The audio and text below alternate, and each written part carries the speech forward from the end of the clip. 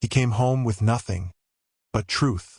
Armed with courage and hunted by enemies, David Balfour returns to reclaim his name. But the road to justice is steep, and not every friend can be trusted. Will he win back his birthright, or lose himself in the fight? The end of the journey begins now. Chapter 21. The Flight in the Heather. The hue of Cornackie early as day comes in the beginning of July. It was still dark when we reached our destination, a cleft in the head of a great mountain, with a water running through the midst, and upon the one hand a shallow cave in a rock. Birches grew there in a thin, pretty wood, which a little farther on was changed into a wood of pines. The burn was full of trout, the wood of cushat doves.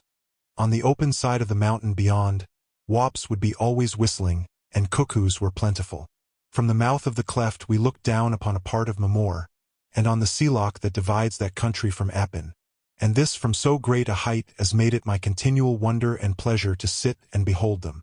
The name of the cleft was the hue of Cornackie, and although from its height and being so near upon the sea, it was often beset with clouds, yet it was on the whole a pleasant place, and the 5 days we lived in it went happily. We slept in the cave, making our bed of heather bushes which we cut for that purpose, and covering ourselves with Allen's greatcoat. There was a low concealed place in a turning of the glen, where we were so bold as to make fire, so that we could warm ourselves when the clouds set in, and cook hot porridge, and grill the little trouts that we caught with our hands under the stones and overhanging banks of the burn. This was indeed our chief pleasure and business, and not only to save our meal against worse times, but with a rivalry that much amused us, we spent a great part of our days at the waterside, stripped to the waist and groping about, or, as they say, guddling for these fish. The largest we got might have been 1/4 of a pound. But they were of good flesh and flavor, and when broiled upon the coals, lacked only a little salt to be delicious. In any bedtime Allen must teach me to use my sword, for my ignorance had much distressed him, and I think besides, as I had sometimes the upper hand of him in the fishing, he was not sorry to turn to an exercise where he had so much the upper hand of me. He made it somewhat more of a pain than need have been, for he stormed at me all through the lessons in a very violent manner of scolding, and would push me so close that I made sure he must run me through the body. I was often tempted to turn tail, but held my ground for all that, and got some profit of my lessons, if it was but to stand on guard with an assured countenance, which is often all that is required. So, though I could never in the least please my master, I was not altogether displeased with myself. In the meanwhile, you are not to suppose that we neglected our chief business, which was to get away. It will be many a long day, Allen said to me on our first morning, before the redcoats think upon seeking Cornackie. So now we must get word sent to James, and he must find the siller for us. And how shall we send that word? Says I. We are here in a desert place, which yet we dare not leave, and unless ye get the fowls of the air to be your messengers, I see not what we shall be able to do. I, said Allen, ye're a man of small contrivance, David. Thereupon he fell in a muse, looking in the embers of the fire, and presently, getting a piece of wood, he fashioned it in a cross, the 4 ends of which he blackened on the coals. Then he looked at me a little shyly. Getting a piece of wood, he fashioned it in a cross. Could ye lend me my button? Says he. It seems a strange thing to ask a gift again, but I own I am loath to cut another. I gave him the button, whereupon he strung it on a strip of his greatcoat which he had used to bind the cross, and tying in a little sprig of birch and another of fir, he looked upon his work with satisfaction. Now, said he, there is a little clocken, what is called a hamlet in the English, not very far from Cornackie, and it has the name of Colisnacoan. There are living many friends of mine whom I could trust with my life, and some that I am no just so sure of. Ye see, David, there will be money set upon our heads. James Himsel is to set money on them, and as for the Campbells, they would never spare siller where there was a Stuart to be hurt. If it was otherwise, I would go down to Colisnacoan whatever, and trust my life into these people's hands as lightly as I would trust another with my glove. But being so, said I. Being so, said he, I would as lief they didn't see me. There's bad folk everywhere, and what's far worse, weak ones. So when it comes dark again, I will steal down into that clocken, and set this that I have been making in the window of a good friend of mine, John Breck McColl, a bowman 26 of Appins. 26. A bowman is a tenant who takes stock from the landlord and shares with him the increase. With all my heart, says I. And if he finds it, what is he to think? Well, says Alan, I wish he was a man of more penetration, for by my troth I am afraid he will make little enough of it. But this is what I have in my mind. This cross is something in the nature of the crostery or fiery cross, which is the signal of gathering in our clans. Yet he will know well enough the clan is not to rise, for there it is standing in his window, and no word with it. So he will say to himsel, the clan is not to rise, but there is something. Then he will see my button, and that was Duncan Stewart's. And then he will say to himsel, the son of Duncan is in the heather and has need of me. Well, said I, it may be, but even supposing so, there is a good deal of heather between here and the Forth. And that is a very true word, says Alan. But then John Breck will see the sprig of birch and the sprig of pine, and he will say to himsel, if he is a man of any penetration at all, which I misdoubt, Alan will be lying in a wood which is both of pines and birches. Then he will think to himsel, that is not so very rife hereabout, and then he will come and give us a look up in Coronachy. And if he does not, David, the devil may fly away with him, for what I care. For he will no be worth the salt to his porridge. Man, said I, drolling with him a little, you're very ingenious, but would it not be simpler for you to write him a few words in black and white? And that is an excellent observe, Mr. Balfour of Shaw's, says Alan, drolling with me. And it would certainly be much simpler for me to write to him, but it would be a sore job for John Breck to read it. He would have to go to the school for 2-3 years, and it's possible we might be wearied waiting on him. So that night Alan carried down his fiery cross and set it in the bowman's window. He was troubled when he came back, for the dogs had barked and the folk run out from their houses, and he thought he had heard a clatter of arms and seen a redcoat come to one of the doors. On all accounts we lay the next day in the borders of the wood and kept a close lookout, so that if it was John Breck that came we might be ready to guide him, and if it was the redcoats we should have time to get away. About noon a man was to be spied, straggling up the open side of the mountain in the sun, and looking round him as he came, from under his hand. No sooner had Alan seen him than he whistled. The man turned and came a little towards us. Then Alan would give another peep, and the man would come still nearer, and so by the sound of whistling, he was guided to the spot where we lay.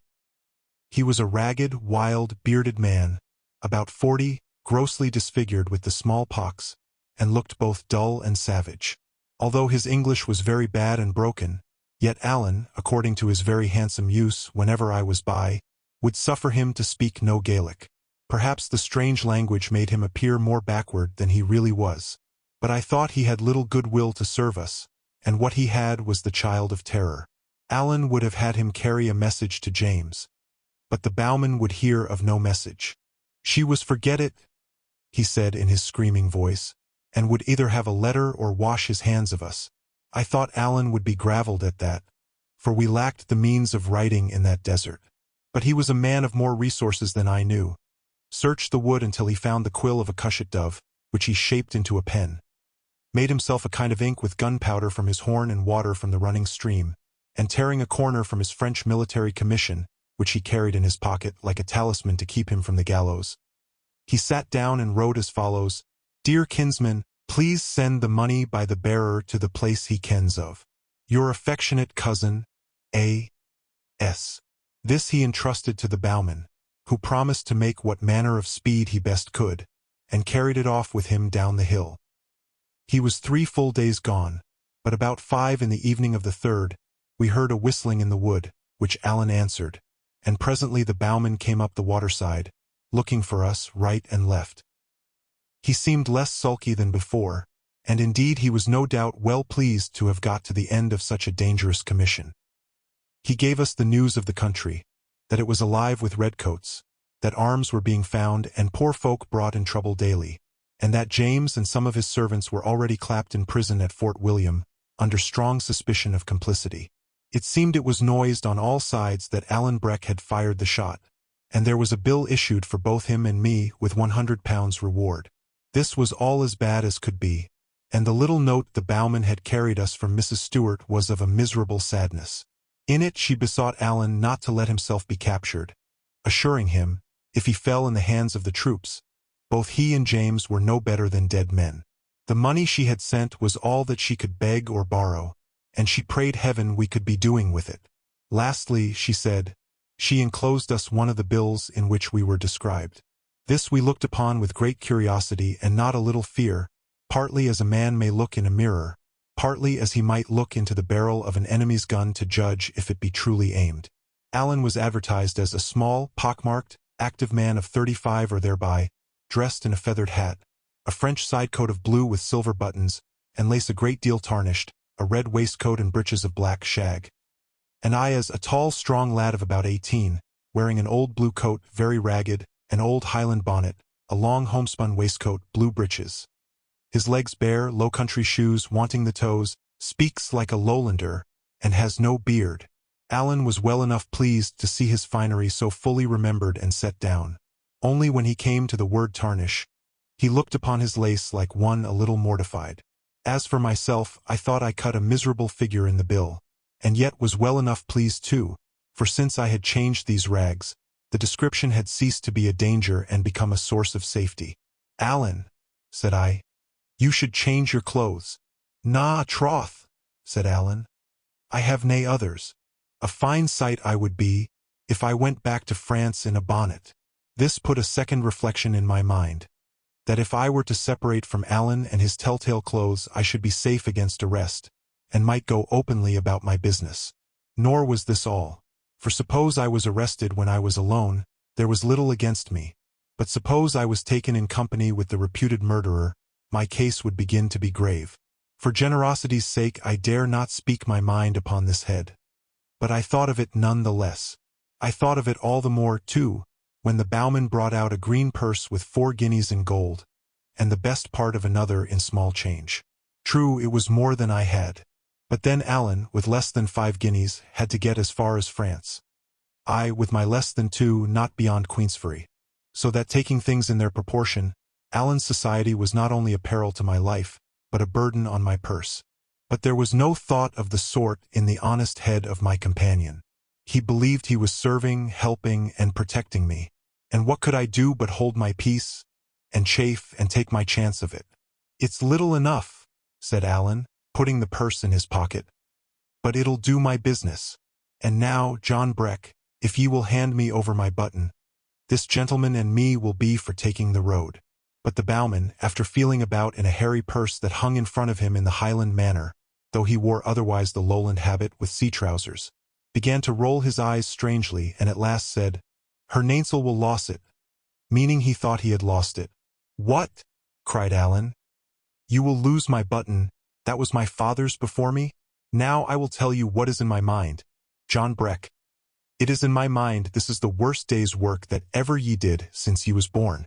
And as Alan spoke, he set his hands on his knees and looked at the bowman with a smiling mouth, and that dancing light in his eyes that meant mischief to his enemies. Perhaps the bowman was honest enough. Perhaps he had meant to cheat and then, finding himself alone with 2 of us in a desert place, cast back to honesty as being safer. At least, and all at once, he seemed to find that button and handed it to Alan. "Well, and it is a good thing for the honor of the McColls," said Alan, and then to me, "Here is my button back again, and I thank you for parting with it, which is of a piece with all your friendships to me." Then he took the warmest parting of the bowman. "For," says he, "ye have done very well by me, and set your neck at a venture, and I will always give you the name of a good man."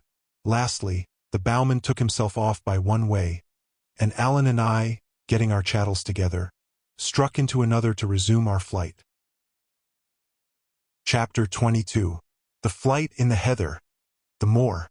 Some 7 hours incessant, hard traveling brought us early in the morning to the end of a range of mountains. In front of us there lay a piece of low, broken desert land, which we must now cross. The sun was not long up and shone straight in our eyes. A little thin mist went up from the face of the moorland like a smoke, so that, as Alan said, there might have been 20 squadron of dragoons there and we none the wiser. We sat down, therefore, in a howe of the hillside till the mist should have risen, and made ourselves a dish of drammock, and held a council of war. "David," said Alan, "this is the kittle bit. Shall we lie here till it comes night, or shall we risk it, and stave on ahead? Well, said I am tired indeed, but I could walk as far again if that was all. Aye, but it isn't, said Alan. Nor yet the half. This is how we stand. Appin's fair death to us. To the south it's all Campbell's, and no to be thought of. To the north. Well, there's no muckle to be gained by going north. Neither for you that wants to get to Queensferry, nor yet for me that wants to get to France. Well, then, we'll can strike east. East be it, says I, quite cheerily.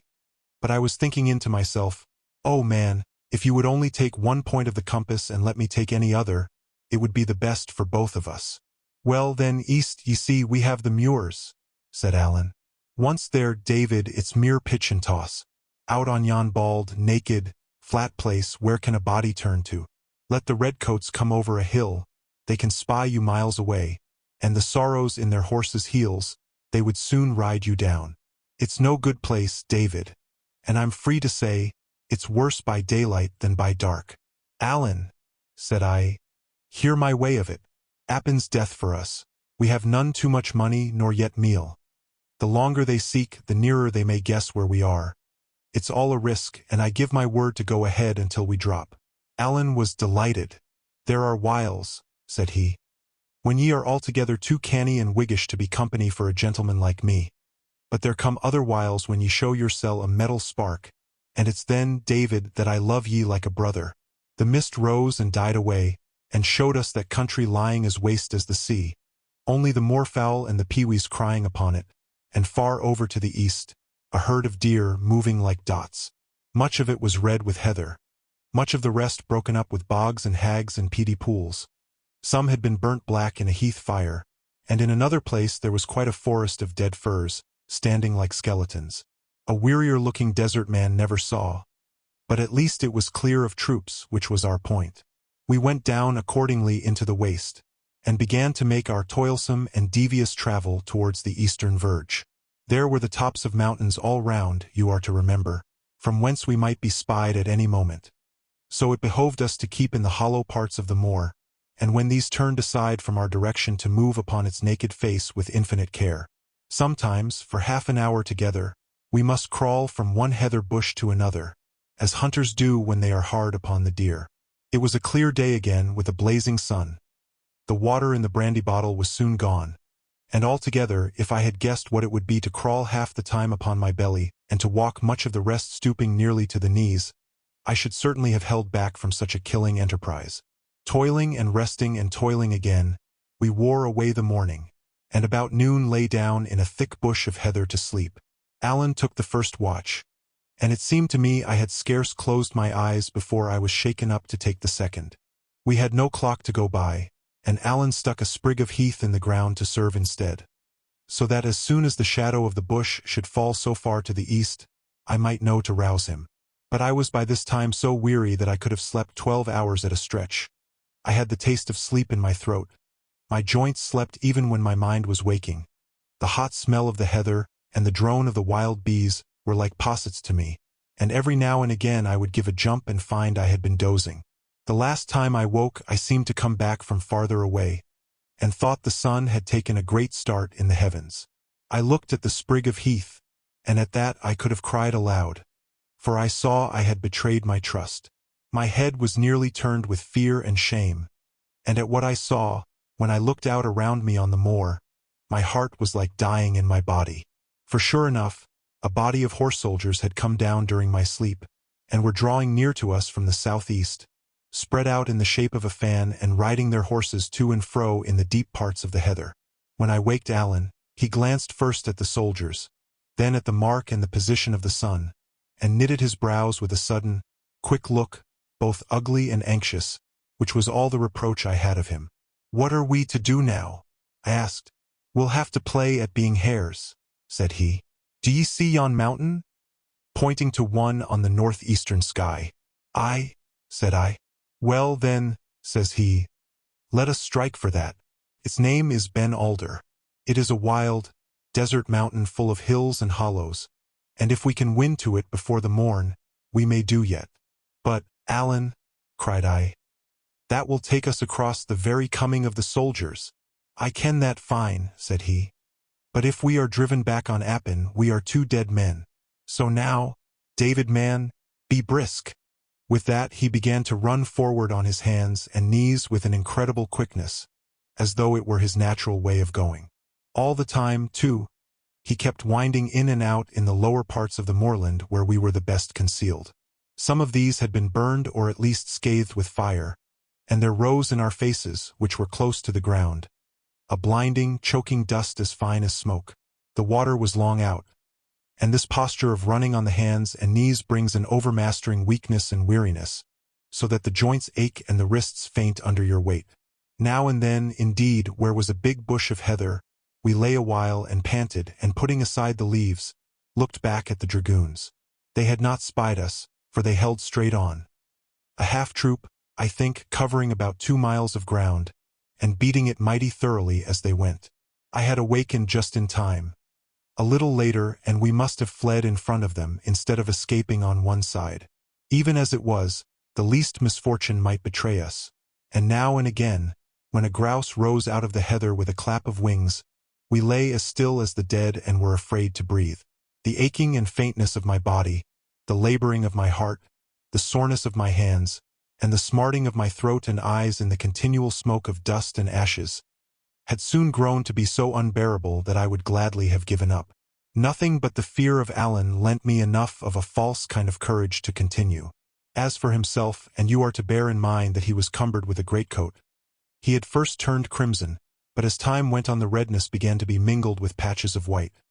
His breath cried and whistled as it came, and his voice, when he whispered his observations in my ear during our halts, sounded like nothing human. Yet he seemed in no way dashed in spirits, nor did he at all abate in his activity, so that I was driven to marvel at the man's endurance.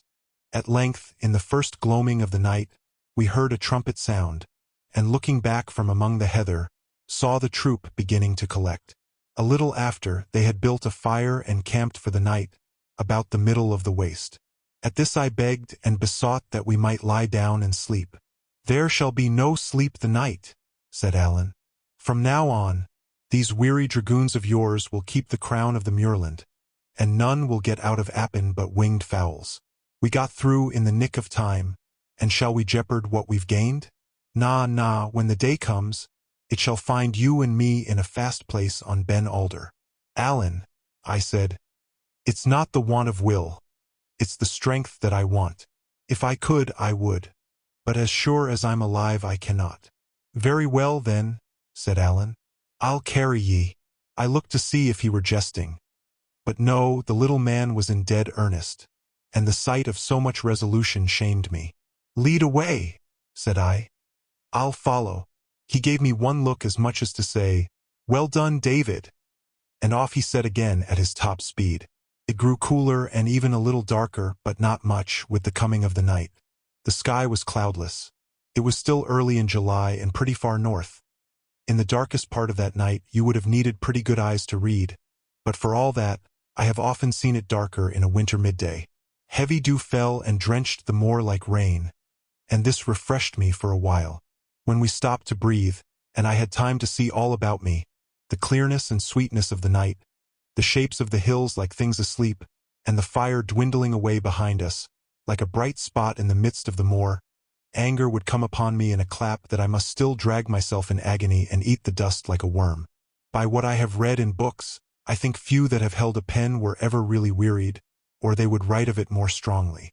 I had no care of my life, neither past nor future, and I scarce remembered there was such a lad as David Balfour.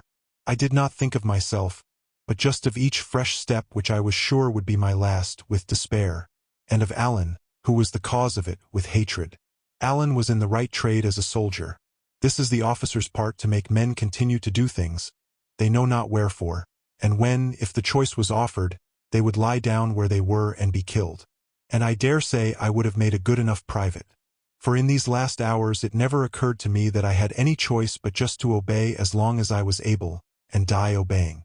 Day began to come in, after years, I thought, and by that time we were past the greatest danger, and could walk upon our feet like men instead of crawling like brutes. But, dear heart, have mercy! What a pair we must have made! going double like old grandfathers, stumbling like babes, and as white as dead folk. Never a word passed between us.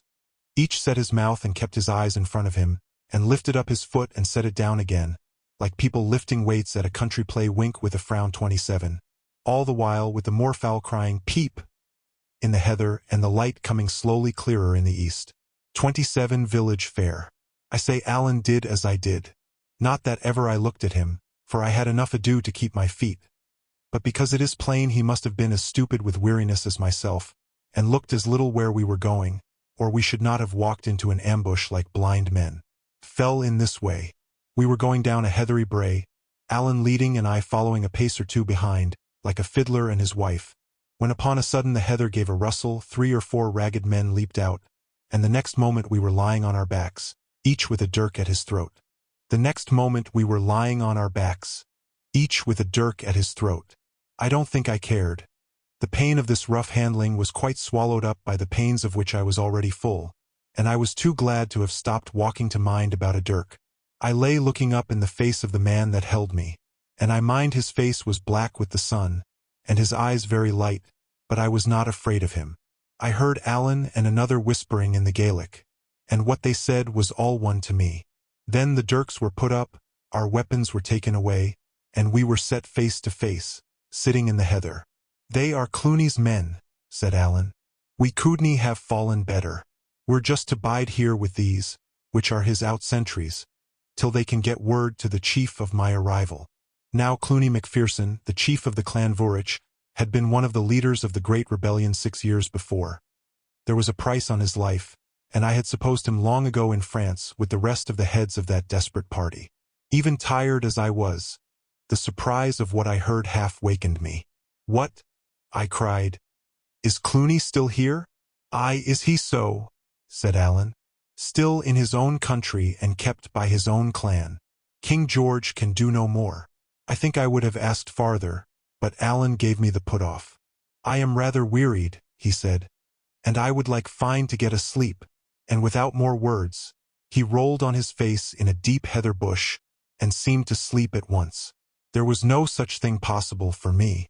You have heard grasshoppers whirring in the grass in the summer-time? Well, I had no sooner closed my eyes than my body, and above all my head, belly, and wrists, seemed to be filled with whirring grasshoppers. And I must open my eyes again at once, and tumble and toss, and sit up and lie down, and look at the sky which dazzled me, or at Clooney's wild and dirty sentries, peering out over the top of the brae and chattering to each other in the Gaelic. That was all the rest I had until the messenger returned, when, as it appeared that Clooney would be glad to receive us, we must get once more upon our feet and set forward. Alan was in excellent good spirits, much refreshed by his sleep, very hungry, and looking pleasantly forward to a dram and a dish of hot collops, of which, it seems, the messenger had brought him word. For my part, it made me sick to hear of eating. I had been dead heavy before, and now I felt a kind of dreadful lightness, which would not suffer me to walk. I drifted like a gossamer. The ground seemed to me a cloud, the hills a featherweight, the air to have a current, like a running burn, which carried me to and fro. With all that, a sort of horror of despair sat on my mind, so that I could have wept at my own helplessness. I saw Alan knitting his brows at me, and supposed it was in anger, and that gave me a pang of light-headed fear, like what a child may have. I remember, too, that I was smiling, and could not stop smiling, hard as I tried, for I thought it was out of place at such a time. But my good companion had nothing in his mind but kindness, and the next moment, 2 of the gillies had me by the arms, and I began to be carried forward with great swiftness, or so it appeared to me, although I dare say it was slowly enough in truth, through a labyrinth of dreary glens and hollows and into the heart of that dismal mountain of Ben Alder. Chapter 23. Clooney's Cage.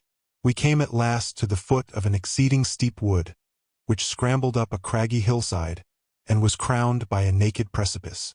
"It's here," said one of the guides, and we struck uphill. The trees clung upon the slope, like sailors on the shrouds of a ship, and their trunks were like the rounds of a ladder, by which we mounted. Quite at the top, and just before the rocky face of the cliff sprang above the foliage, we found that strange house which was known in the country as Clooney's Cage. The trunks of several trees had been wattled across, the intervals strengthened with stakes, and the ground behind this barricade leveled up with earth to make the floor. A tree, which grew out from the hillside, was the living center beam of the roof. The walls were of wattle and covered with moss. The whole house had something of an egg shape, and it half hung, half stood in that steep hillside thicket, like a wasp's nest in a green hawthorn. Within, it was large enough to shelter 5 or 6 persons with some comfort. A projection of the cliff had been cunningly employed to be the fireplace, and the smoke rising against the face of the rock, and being not dissimilar in color, readily escaped notice from below. This was but one of Cluny's hiding places. He had caves, besides, and underground chambers in several parts of his country, and following the reports of his scouts, he moved from one to another as the soldiers drew near or moved away. By this manner of living, and thanks to the affection of his clan, he had not only stayed all this time in safety, while so many others had fled or been taken and slain, but stayed 4 or 5 years longer, and only went to France at last by the express command of his master.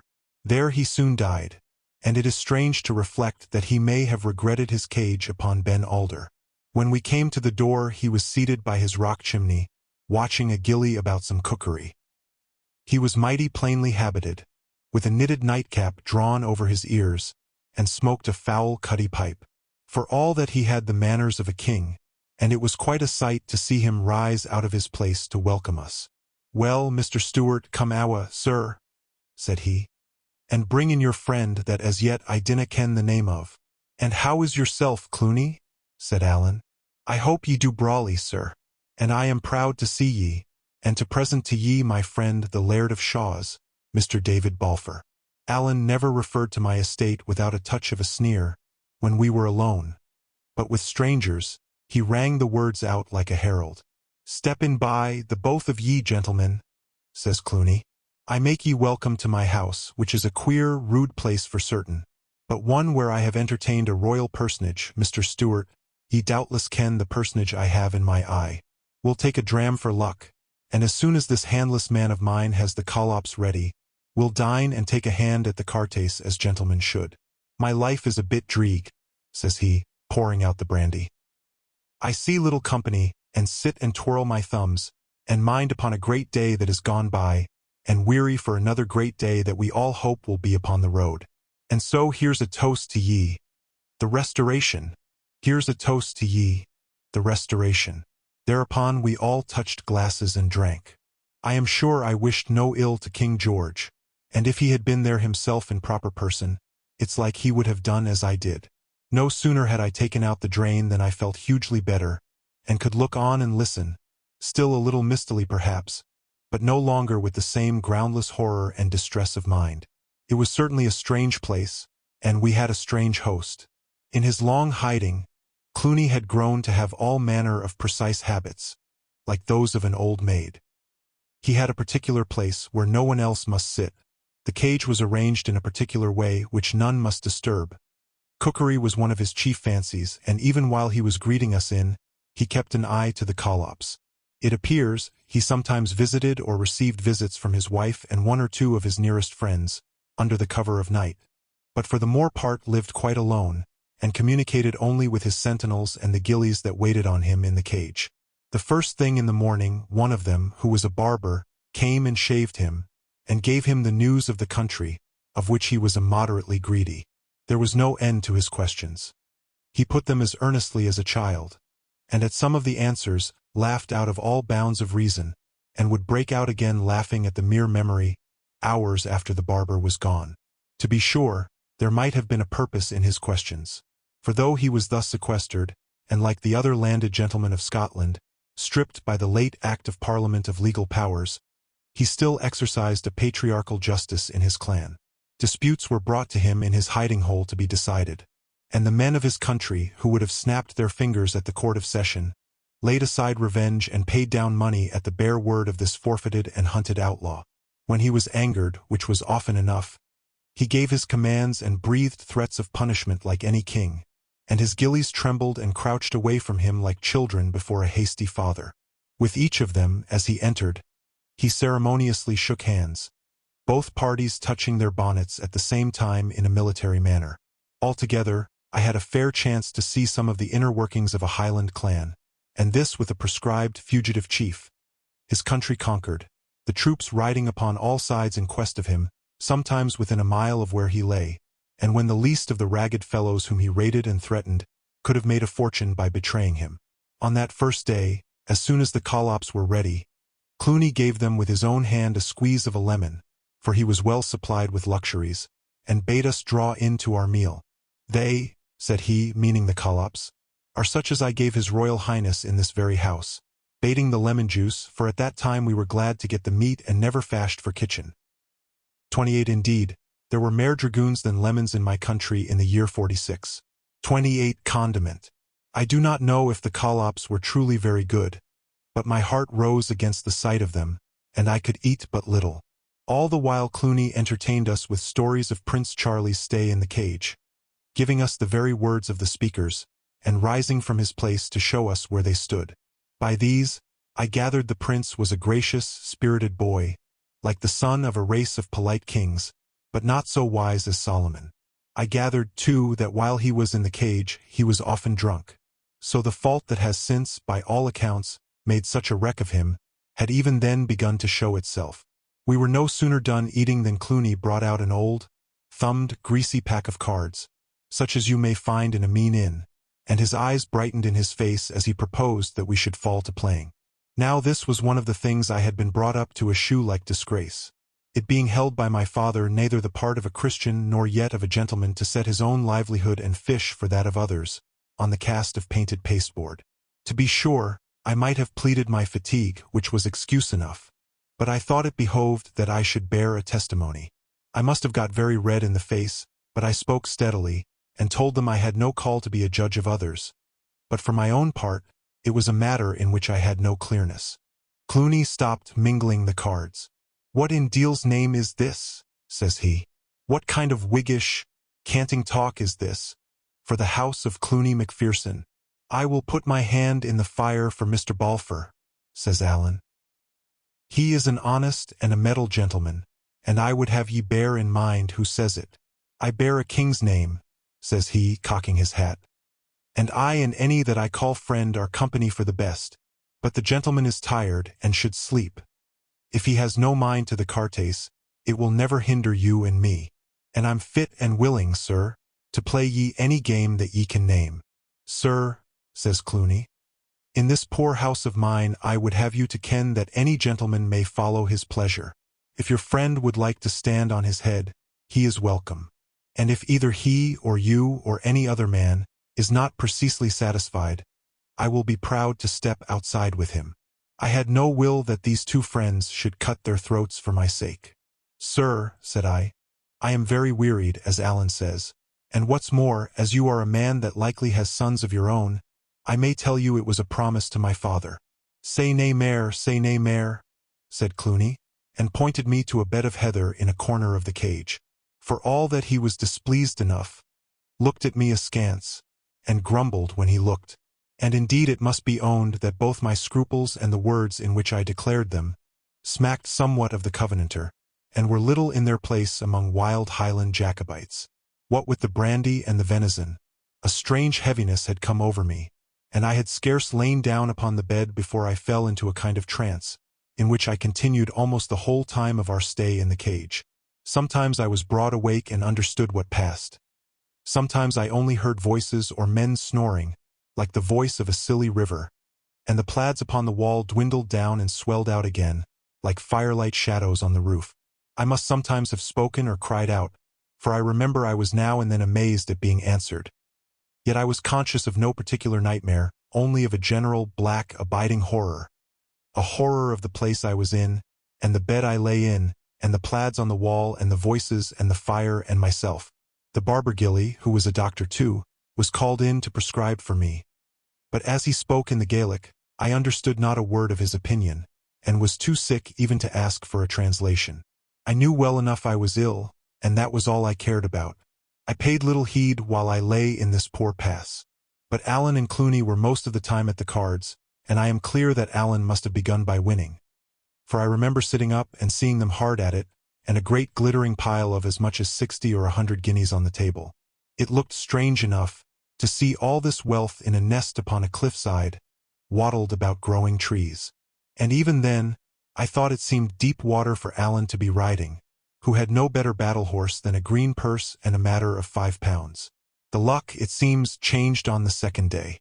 About noon I was wakened as usual for dinner, and as usual refused to eat, and was given a dram with some bitter infusion which the barber had prescribed. The sun was shining in at the open door of the cage, and this dazzled and offended me. Clooney sat at the table, biting the pack of cards.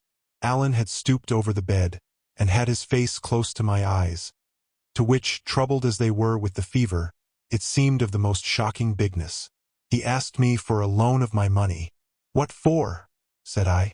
"Oh, just for a loan," said he. "But why?" I repeated.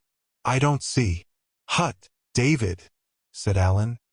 "Ye wouldn't grudge me a loan?" "I would, though, if I had had my senses." But all I thought of then was to get his face away, and I handed him my money.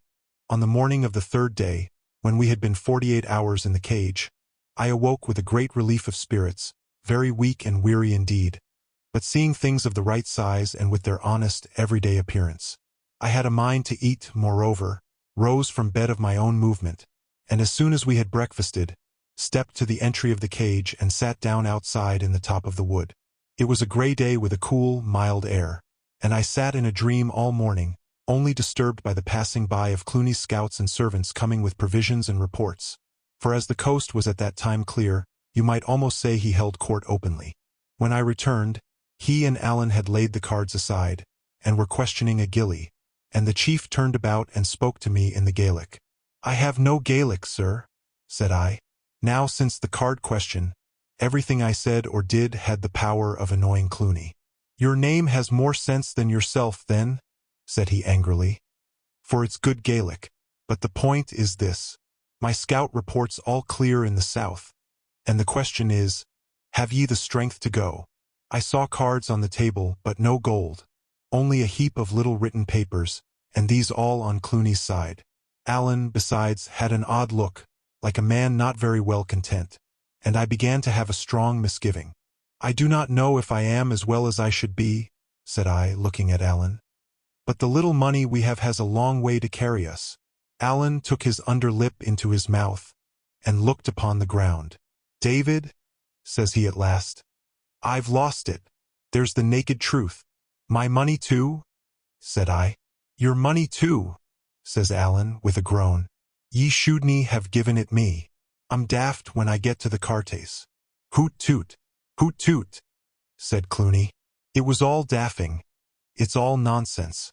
Of course you'll have your money back again, and the double of it, if you'll make so free with me. It would be a singular thing for me to keep it. It's not to be supposed that I would be any hindrance to gentlemen in your situation. That would be a singular thing," cries he, and began to pull gold out of his pocket with a mighty red face.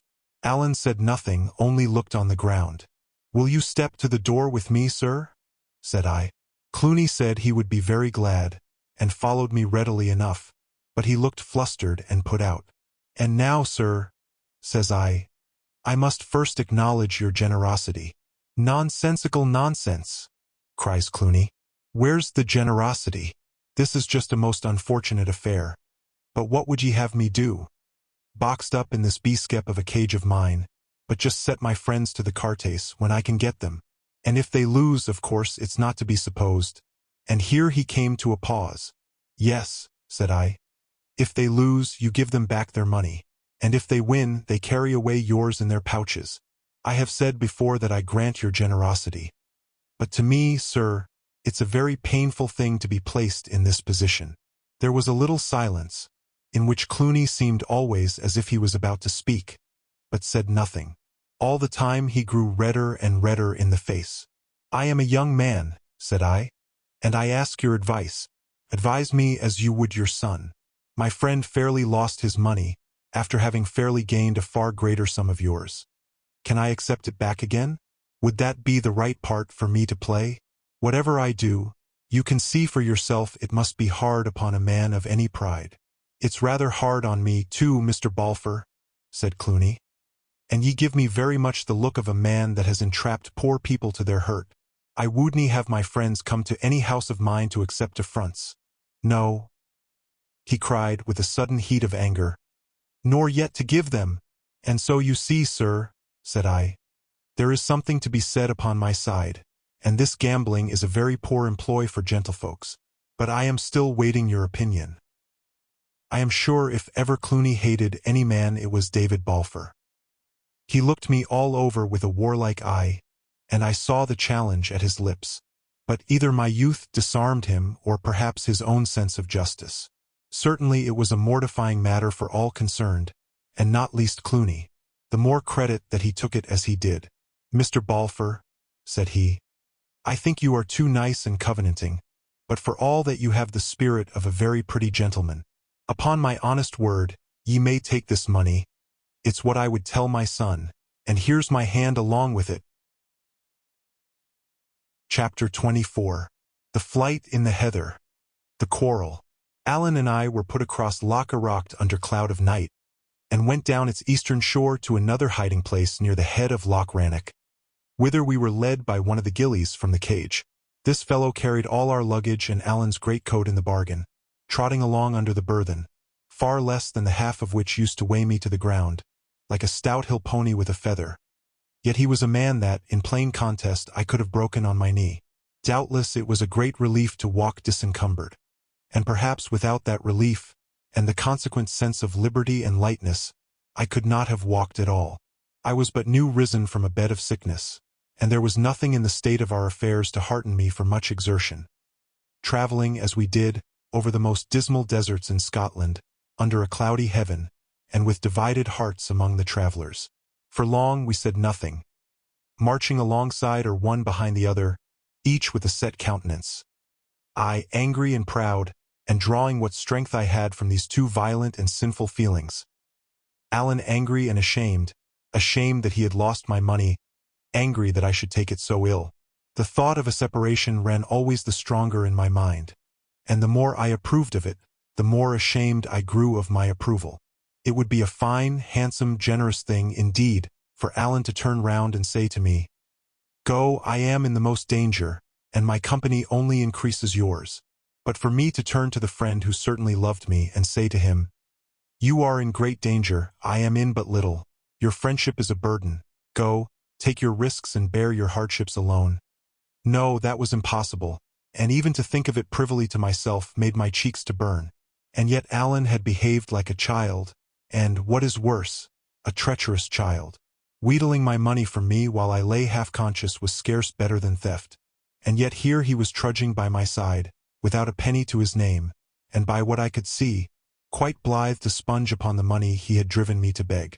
True, I was ready to share it with him, but it made me rage to see him count upon my readiness. These were the two things uppermost in my mind, and I could open my mouth upon neither without black ungenerosity. So I did the next worst and said nothing, nor so much as looked once at my companion, save with the tail of my eye.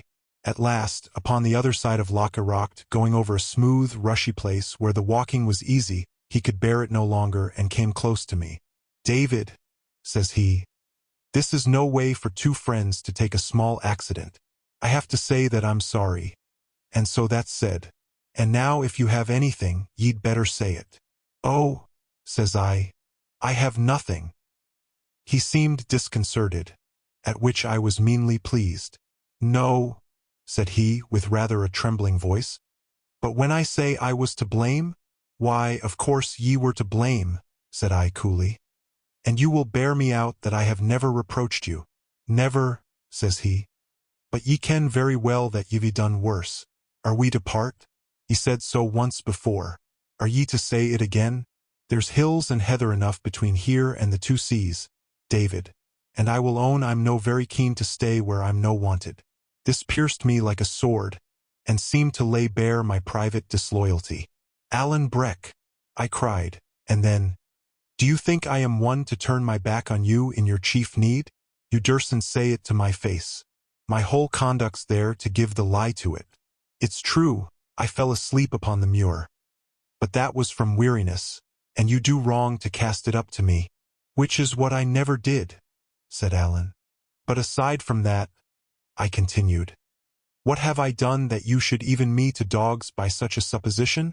I never yet failed a friend, and it's not likely I'll begin with you. There are things between us that I can never forget, even if you can. I will only say this to ye, David, said Alan very quietly, that I have long been owing ye my life, and now I owe ye money. Ye should try to make that burden light for me. This ought to have touched me, and in a manner it did, but the wrong manner. I felt I was behaving badly, and was now not only angry with Alan, but angry with myself in the bargain, and it made me the more cruel. You asked me to speak, said I. Well then, I will. You own yourself that you have done me a disservice. I have had to swallow an affront. I have never reproached you, I never named the thing till you did. And now you blame me, cried I, because I canny laugh and sing as if I was glad to be affronted. The next thing will be that I'm to go down upon my knees and thank you for it. You should think more of others, Alan Breck. If ye thought more of others, ye would perhaps speak less about yourself. And when a friend that likes you very well has passed over an offense without a word, you would be blithe to let it lie, instead of making it a stick to break his back with. By your own way of it, it was you that was to blame. Then it shouldn't be you to seek the quarrel. Aweel, said Alan. Say nay mair. And we fell back into our former silence, and came to our journey's end, and supped, and lay down to sleep without another word. The gillie put us across Loch Rannoch in the dusk of the next day, and gave us his opinion as to our best route. This was to get us up at once into the tops of the mountains, to go round by a circuit, turning the heads of Glen Lyon, Glen Lochery, and Glen Dochart, and come down upon the lowlands by Kippen and the upper waters of the Forth. Alan was little pleased with a route which led us through the country of his blood foes, the Glenorchy Campbells. He objected that by turning to the east, we should come almost at once among the Athol Stuarts, a race of his own name and lineage, although following a different chief, and come besides by a far easier and swifter way to the place whither we were bound. But the gillie, who was indeed the chief man of Cluny's scouts, had good reasons to give him on all hands, naming the force of troops in every district, and alleging finally, as well as I could understand, that we should nowhere be so little troubled as in a country of the Campbells. Alan gave way at last, but with only half a heart. It's one of the dowiest countries in Scotland, said he. There's naething there that I ken, but heath and crows and Campbells. But I see that ye're a man of some penetration, and be it as ye please. We set forth accordingly by this itinerary, and for the best part of 3 nights travelled on eerie mountains and among the well-heads of wild rivers, often buried in mist, almost continually blown and rained upon, and not once cheered by any glimpse of sunshine.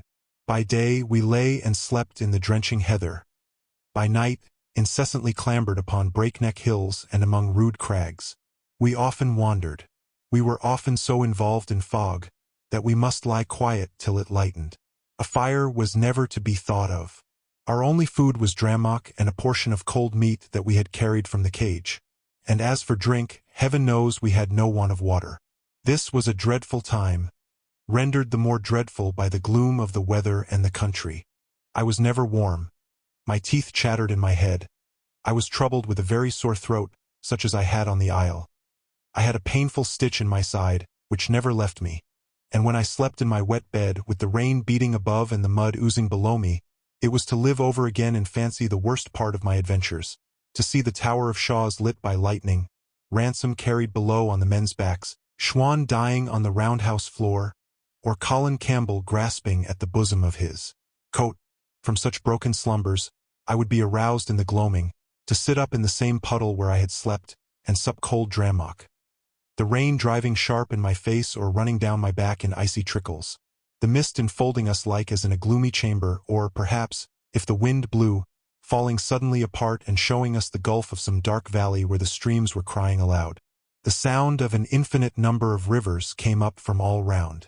In this steady rain the springs of the mountain were broken up. Every glen gushed water like a cistern. Every stream was in high spate, and had filled and overflowed its channel. During our night tramps, it was solemn to hear the voice of them below in the valleys, now booming like thunder, now with an angry cry. I could well understand the story of the water kelpie, that demon of the streams, who is fabled to keep wailing and roaring at the ford until the coming of the doomed traveler. Alan, I saw, believed it or half believed it, and when the cry of the river rose more than usually sharp, I was little surprised, though of course I would still be shocked, to see him cross himself in the manner of the Catholics. During all these horrid wanderings we had no familiarity, scarcely even that of speech. The truth is that I was sickening for my grave, which is my best excuse. But besides that, I was of an unforgiving disposition from my birth, slow to take offense, slower to forget it, and now incensed both against my companion and myself. For the best part of 2 days he was unweariedly kind. Silent, indeed, but always ready to help, and always hoping, as I could very well see, that my displeasure would blow by. For the same length of time I stayed in myself, nursing my anger, roughly refusing his services, and passing him over with my eyes as if he had been a bush or a stone. The second night, or rather the peep of the third day, found us upon a very open hill, so that we could not follow our usual plan and lie down immediately to eat and sleep.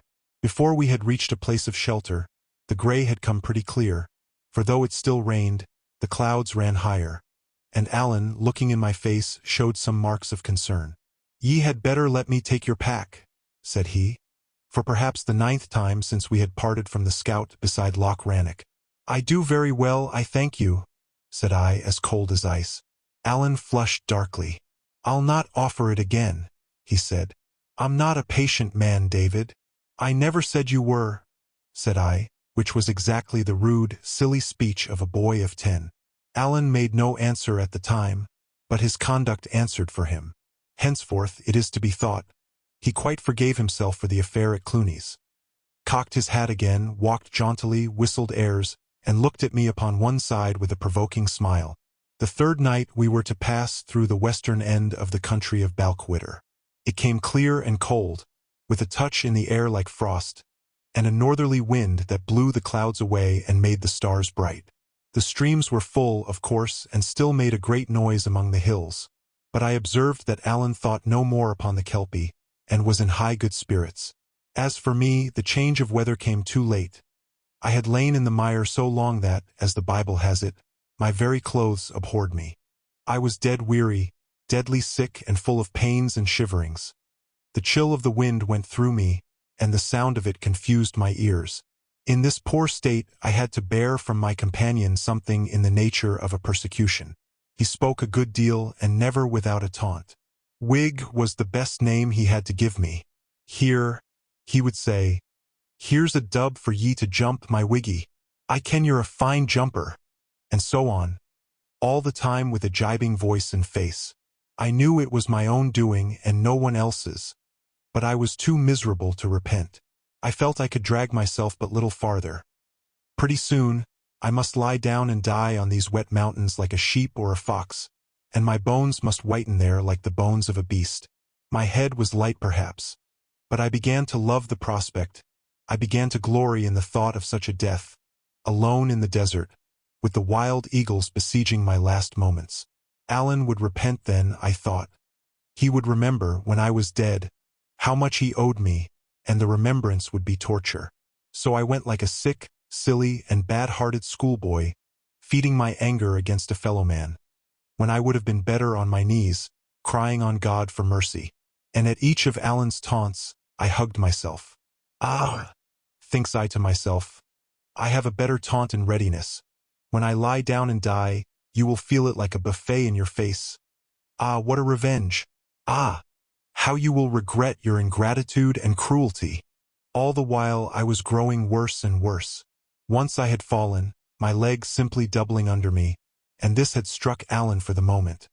But I was afoot so briskly, and set off again with such a natural manner, that he soon forgot the incident. Flushes of heat went over me, and then spasms of shuddering. The stitch in my side was hardly bearable. At last I began to feel that I could trail myself no farther. And with that, there came on me all at once the wish to have it out with Alan, let my anger blaze, and be done with my life in a more sudden manner. He had just called me Whig. I stopped. "Mr. Stewart," said I, in a voice that quivered like a fiddle string, "you are older than I am and should know your manners. Do you think it either very wise or very witty to cast my politics in my teeth? I thought, where folk differed, it was the part of gentlemen to differ civilly, and if I did not, I may tell you I could find a better taunt than some of yours. Alan had stopped opposite to me, his hat cocked, his hands in his breeches pockets, his head a little on one side. He listened, smiling evilly, as I could see by the starlight, and when I had done he began to whistle a Jacobite air. It was the air made in mockery of General Cope's defeat at Preston Pans. "Hey, Johnny Cope, are ye walking yet? And are your drums a-beatin' yet?" And it came in my mind that Alan, on the day of that battle, had been engaged upon the royal side. "Why do ye take that air, Mr. Stewart?" said I. "Is that to remind me you have been beaten on both sides?" The air stopped on Alan's lips. "David," said he. "But it's time these manners ceased," I continued. "And I mean you shall henceforth speak civilly of my king and my good friends the Campbells." "I am a Stewart," began Alan. "Oh," says I ken ye bear a king's name, but you are to remember, since I have been in the Highlands, I have seen a good many of those that bear it, and the best I can say of them is this, that they would be none the worse of washing." "Do you know that you insult me?" said Alan very low. "I am sorry for that," said I, "for I am not done, and if you distaste the sermon, I doubt the Perlique 29 will please you as little. You have been chased in the field by the grown men of my party. It seems a poor kind of pleasure to outface a boy. Both the Campbells and the Whigs have beaten you. You have run before them like a hare. It behoves you to speak of them as of your betters." 29. A second sermon. Alan stood quite still, the tails of his greatcoat clapping behind him in the wind. "This is a pity," he said at last. "There are things said that cannot be passed over." "I never asked you to," said I. "I am as ready as yourself." "Ready?" said he. "Ready?" I repeated. "I am no blower and boaster like some that I could name. Come on." And drawing my sword, I fell on guard as Alan himself had taught me. "David," he cried, "are ye daft? I cannae draw upon ye, David. It's fair murder." "That was your lookout when you insulted me," said I. "It's the truth," cried Alan, and he stood for a moment, wringing his mouth in his hand like a man in sore perplexity. "It's the bare truth," he said, and drew his sword. But before I could touch his blade with mine, he had thrown it from him and fallen to the ground. "Nah," he kept saying. Nah, I kenny. At this the last of my anger oozed all out of me, and I found myself only sick and sorry and blank and wondering at myself. I would have given the world to take back what I had said. But a word once spoken, who can recapture it? I minded me of all Alan's kindness and courage in the past, how he had helped and cheered and borne with me in our evil days, and then recalled my own insults, and saw that I had lost forever that doughty friend. At the same time, the sickness that hung upon me seemed to redouble, and the pang in my side was like a sword for sharpness. I thought I must have swooned where I stood. This it was that gave me a thought. No apology could blot out what I had said. It was needless to think of one, none could cover the offense. But where an apology was vain, a mere cry for help might bring Alan back to my side. I put my pride away from me. "Alan," I said, "if ye cannae help me, I must just die here." He started up sitting, and looked at me. "It's true," said I. "I'm by with it. Oh, let me get into the bield of a house. I'll can die there easier." I had no need to pretend. Whether I chose or not, I spoke in a weeping voice that would have melted a heart of stone. "Can ye walk?" asked Alan. "No," said I. "Not without help. This last hour my legs have been fainting under me. I've a stitch in my side like a red-hot iron. I cannae breathe right. If I die, ye'll can forgive me, Alan? In my heart, I liked ye fine, even when I was the angriest." Wheesht, cried Alan. "Dinna say that, David man, ye ken." He shut his mouth upon a sob. "Let me get my arm about ye," he continued. "That's the way. Now lean upon me hard. Good kens where there's a house. We're in Balwitter, too. There should be no want of houses, no, nor friends' houses here. Do ye gang easier so, Davy? Do ye gang?" "D'ye gang easier so, Davy?" "Aye," said I can be doing this way." And I pressed his arm with my hand. Again he came near sobbing. "Davy," said he, "I'm no a right man at all.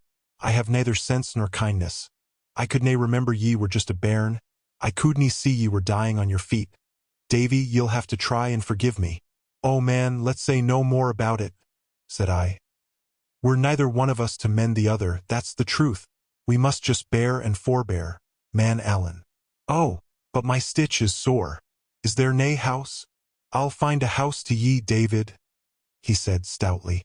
"We'll follow down the burn, where there's bound to be houses. My poor man, will ye no be better on my back?" "Oh, Allen," says I, "and me a good 12 inches taller?" "Ye're no such a thing," cried Allen with a start. "There may be a trifling matter of an inch or two. I'm no saying I'm just exactly what you would call a tall man, whatever, and I dare say," he added, his voice tailing off in a laughable manner, "now when I come to think of it, I dare say you'll be just about right. Aye, it'll be a foot or near hand, or maybe even mair." It was sweet and laughable to hear Allen eat his words up in the fear of some fresh quarrel. I could have laughed, had not my stitch caught me so hard. But if I had laughed, I think I must have wept too. "Allen," cried I, "what makes ye so good to me? What makes ye care for such a thankless fellow?" "'Deed, and I don't know," said Allen, "for just precisely what I thought I liked about ye, was that ye never quarreled, and now I like ye better." Chapter 25. In Balquhidder. At the door of the first house we came to, Allen knocked, which was of no very safe enterprise in such a part of the Highlands as the Braes of Balquhidder. No great clan held rule there. It was filled and disputed by small septs, and broken remnants, and what they call chiefless folk, driven into the wild country about the springs of Forth and Teeth by the advance of the Campbells. Here were Stuarts and MacLarens, which came to the same thing, for the MacLarens followed Allen's chief in war, and made but one clan with Appin. Here, too, were many of that old, proscribed, nameless, red-handed clan of the MacGregors. They had always been ill-considered, and now worse than ever, having credit with no side or party in the whole country of Scotland. Their chief, MacGregor of MacGregor, was an exile, the more immediate leader of that part of them about Balquhidder. James More, Rob Roy's eldest son, lay waiting his trial in Edinburgh Castle. They were in ill blood with Highlander and Lowlander, with the Grahams, the MacLarens, and the Stuarts, and Allen, who took up the quarrel of any friend, however distant, was extremely wishful to avoid them. Chance served us very well, for it was a household of MacLarens that we found, where Allen was not only welcome for his name's sake but known by reputation. Here then I was got to bed without delay, and a doctor fetched, who found me in a sorry plight. But whether because he was a very good doctor, or I a very young, strong man, I lay bedridden for no more than a week, and before a month I was able to take the road again with a good heart. All this time Allen would not leave me, though I often pressed him, and indeed his foolhardiness in staying was a common subject of outcry with the 2 or 3 friends that were let into the secret. He hid by day in a hole of the braes under a little wood, and at night, when the coast was clear, would come into the house to visit me. I need not say if I was pleased to see him. Mrs. MacLaren, our hostess, thought nothing good enough for such a guest, and as Duncan Dhu, which was the name of our host, had a pair of pipes in his house, and was much of a lover of music, this time of my recovery was quite a festival, and we commonly turned night into day. The soldiers let us be, although once a party of 2 companies and some dragoons went by in the bottom of the valley, where I could see them through the window as I lay in bed. What was much more astonishing, no magistrate came near me, and there was no question put of whence I came or whither I was going, and in that time of excitement, I was as free of all inquiry as though I had lain in a desert. Yet my presence was known before I left to all the people in Balquhidder and the adjacent parts, many coming about the house on visits, and these, after the custom of the country, spreading the news among their neighbors. The bills, too, had now been printed. There was one pinned near the foot of my bed, where I could read my own not very flattering portrait and, in larger characters, the amount of the blood money that had been set upon my life. Duncan Dhu and the rest that knew that I had come there in Allen's company could have entertained no doubt of who I was. and many others must have had their guess. For though I had changed my clothes, I could not change my age or person, and lowland boys of 18 were not so rife in these parts of the world, and above all about that time, that they could fail to put one thing with another and connect me with the bill. So it was, at least. Other folk keep a secret among 2 or 3 near friends, and somehow it leaks out. But among these clansmen, it is told to a whole countryside, and they will keep it for a century. There was but one thing happened worth narrating, and that is the visit I had of Robin Oig, one of the sons of the notorious Rob Roy. He was sought upon all sides on a charge of carrying a young woman from Balfron and marrying her, as was alleged, by force. Yet he stepped about Balquhidder like a gentleman in his own walled policy. It was he who had shot James McLaren at the plough stilts, a quarrel never satisfied. Yet he walked into the house of his blood enemies as a rider 30 might into a public inn. 30 commercial traveler. Duncan had time to pass me word of who it was, and we looked at one another in concern. You should understand, it was then close upon the time of Alan's coming. The two were little likely to agree, and yet if we sent word or sought to make a signal, it was sure to arouse suspicion in a man under so dark a cloud as the MacGregor. He came in with a great show of civility, but like a man among inferiors, took off his bonnet to Mrs. McLaren, but clapped it on his head again to speak to Duncan, and having thus set himself, as he would have thought, in a proper light, came to my bedside and bowed. "I am given to know, sir," says he, "that your name is Balfour." "They call me David Balfour," said I. "At your service." "I would give ye my name in return, sir," he replied, "but it's one somewhat blown upon of late days, and it'll perhaps suffice if I tell ye that I am own brother to James More Drummond or MacGregor, of whom ye will scarce have failed to hear." "No, sir," said I, a little alarmed, "nor yet of your father MacGregor Campbell." And I sat up and bowed in bed, for I thought best to compliment him, in case he was proud of having had an outlaw to his father. He bowed in return. "But what I am come to say, sir," he went on, "is this. In the year 45, my brother raised a part of the Greg era and marched 6 companies to strike a stroke for the good side. And the surgeon that marched with our clan and cured my brother's leg when it was broken in the brush at Preston Pans, was a gentleman of the same name precisely as yourself. He was brother to Balfour of Bath, and if you are in any reasonable degree of nearness one of that gentleman's kin, I have come to put myself and my people at your command. You are to remember that I knew no more of my descent than any cadger's dog. My uncle, to be sure, had prated of some of our high connections, but nothing to the present purpose, and there was nothing left me but that bitter disgrace of owning that I could not tell. Robin told me shortly he was sorry he had put himself about, turned his back upon me without a sign of salutation, and as he went towards the door, I could hear him telling Duncan that I was only some kinless loon that didn't know his own father. Angry as I was at these words, and ashamed of my own ignorance, I could scarce keep from smiling that a man who was under the lash of the law, and was indeed hanged some 3 years later, should be so nice as to the descent of his acquaintances. Just in the door, he met Alan coming in, and the two drew back and looked at each other like strange dogs. They were neither of them big men, but they seemed fairly to swell out with pride. Each wore a sword, and by a movement of his haunch, thrust clear the hilt of it, so that it might be the more readily grasped and the blade drawn. "Mr. Stewart, I am thinking," says Robin. "Troth, Mr. MacGregor, it's not a name to be ashamed of," answered Alan. "I did not know ye were in my country, sir," says Robin. "It sticks in my mind that I am in the country of my friends the MacLarens," says Alan. "That's a kittle point," returned the other. "There may be 2 words to say to that, but I think I will have heard that you are a man of your sword. Unless ye were born deaf, Mr. MacGregor, ye will have heard a good deal more than that," says Alan. "I am not the only man that can draw steel in Appin, and when my kinsman and Captain Ardshiel had a talk with a gentleman of your name, not so many years back, I could never hear that the MacGregor had the best of it." "Do ye mean my father, sir?"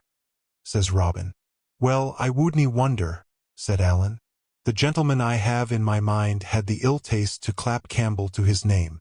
"My father was an old man," returned Robin. "The match was unequal. You and me would make a better pair, sir." "I was thinking that," said Alan. "I was half out of bed, and Duncan had been hanging at the elbow of these fighting cocks, ready to intervene upon the least occasion. But when that word was uttered, it was a case of now or never, and Duncan, with something of a white face to be sure, thrust himself between. "Gentlemen," said he, "I will have been thinking of a very different matter whatever. Here are my pipes, and here are you two gentlemen who are baith acclaimed pipers. It's an auld dispute which one of ye's the best. Here will be a braw chance to settle it." "Why, sir," said Allan, still addressing Robin, from whom indeed he had not so much as shifted his eyes, nor yet Robin from him. "Why, sir," says Allan, "I think I will have heard some stuff 31 of the sort. Have ye music, as folk say? Are ye a bit of a piper?" 31 rumour. "I can pipe like a macramin," cries Robin. "And that is a very bold word," quoth Allan.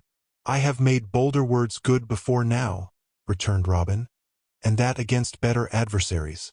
"It is easy to try that," says Allan.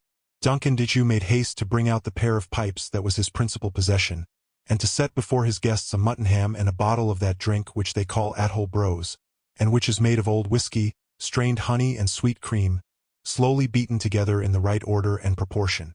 The two enemies were still on the very breach of a quarrel, but down they sat, one upon each side of the peat fire, with a mighty show of politeness. MacLaren pressed them to taste his mutton ham and the wife's brose, reminding them the wife was out of at-hole and had a name far and wide for her skill in that confection. But Robin put aside these hospitalities as bad for the breath. "I would have ye to remark, sir," said Allan, "that I haven't broken bread for near upon 10 hours, which will be worse for the breath than any brose in Scotland." "I will take no advantages, Mr. Stewart," replied Robin. "Eat and drink. I'll follow you." Each ate a small portion of the ham and drank a glass of the brose to Mrs. MacLaren, and then after a great number of civilities, Robin took the pipes and played a little spring in a very ranting manner.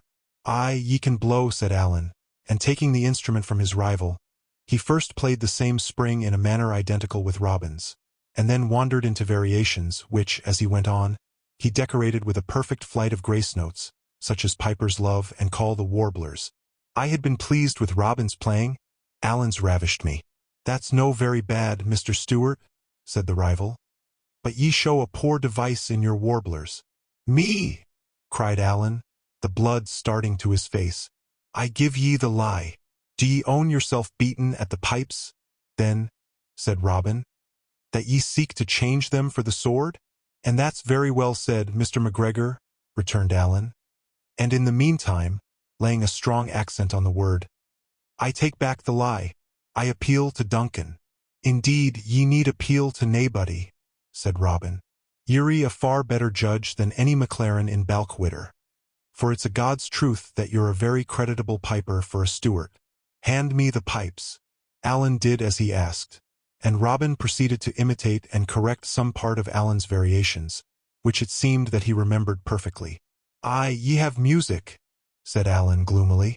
"And now be the judge yourself, Mr. Stewart," said Robin, and taking up the variations from the beginning, he worked them throughout to so new a purpose, with such ingenuity and sentiment, and with so odd a fancy and so quick a knack in the grace notes, that I was amazed to hear him. As for Allan, his face grew dark and hot, and he sat and gnawed his fingers, like a man under some deep affront. "Enough!" he cried. "Ye can blow the pipes. Make the most of that." And he made as if to rise. But Robin only held out his hand as if to ask for silence, and struck into the slow measure of a pibroch. It was a fine piece of music in itself and nobly played. But it seems, besides, it was a piece peculiar to the Appin Stewarts and a chief favorite with Allan. The first notes were scarce out, before there came a change in his face. When the time quickened, he seemed to grow restless in his seat, and long before that piece was at an end, the last signs of his anger died from him, and he had no thought but for the music. "Robin Oig," he said, "ye are a great piper." "Robin Oig," he said, when it was done, "ye are a great piper. I am not fit to blow in the same kingdom with ye. Body of me, ye have mair music in your sporran than I have in my head, and though it still sticks in my mind that I could maybe show ye another of it with the cold steel, I warn ye beforehand, it'll no be fair. It would go against my heart to haggle a man that can blow the pipes as you can." Thereupon that quarrel was made up, All night long the brose was going and the pipes changing hands. And the day had come pretty bright, and the three men were none the better for what they had been taking, before Robin as much as thought upon the road. Chapter 26. End of the flight. We passed the 4th.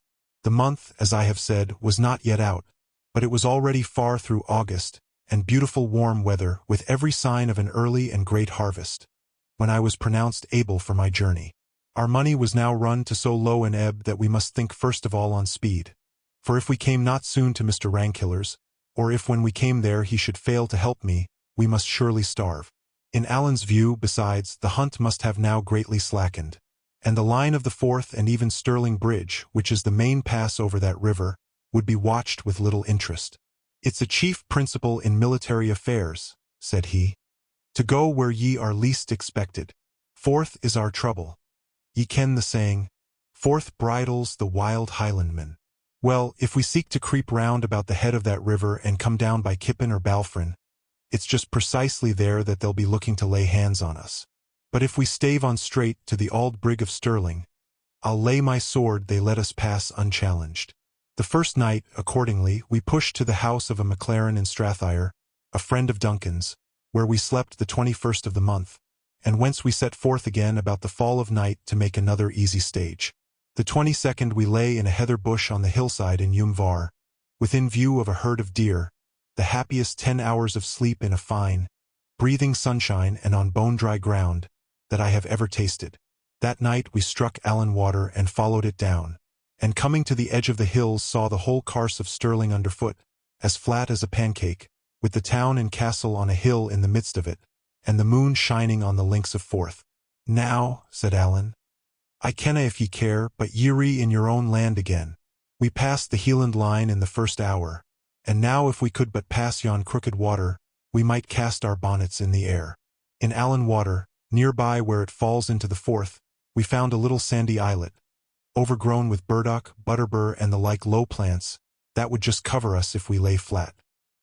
Here it was we made our camp, within plain view of Stirling Castle, whence we could hear the drums beat as some part of the garrison paraded.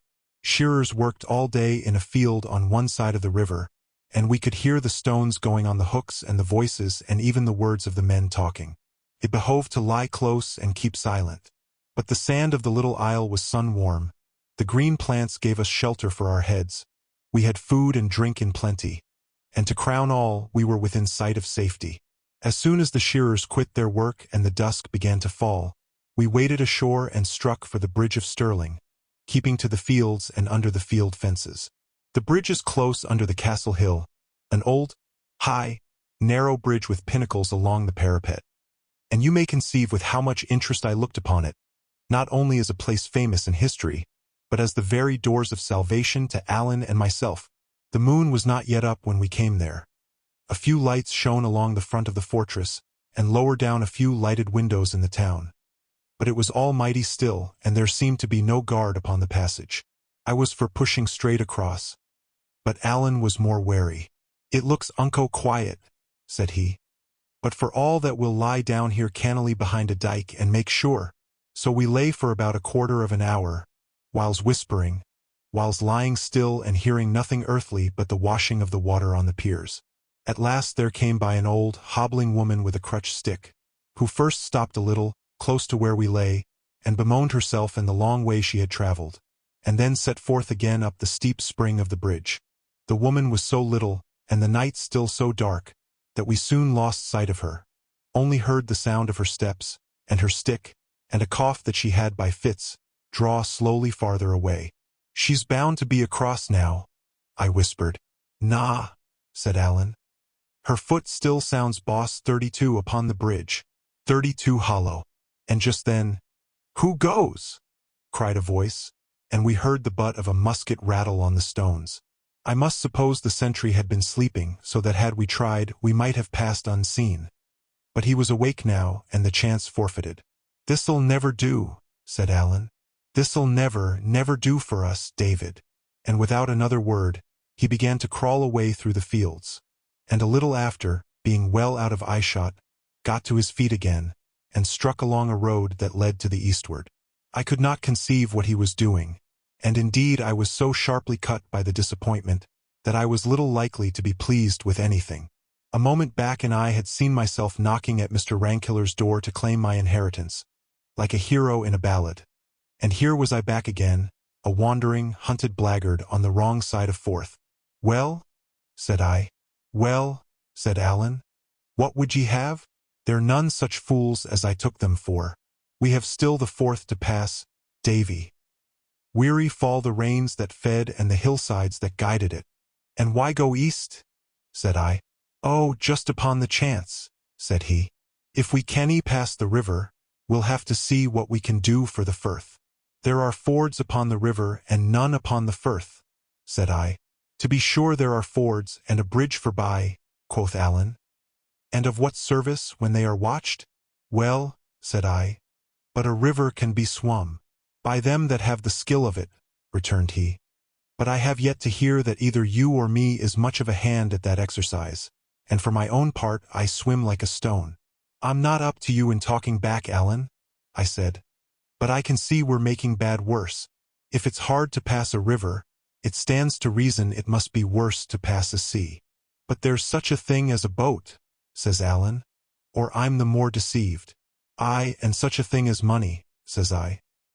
"But for us that have neither one nor other, they might just as well not have been invented." "Ye think so?" said Alan. "I do that," said I. "David," says he, "ye're a man of small invention and less faith, but let me set my wits upon the hone, and if I canny beg, borrow, nor yet steal a boat, I'll make one." "I think I see ye," said I.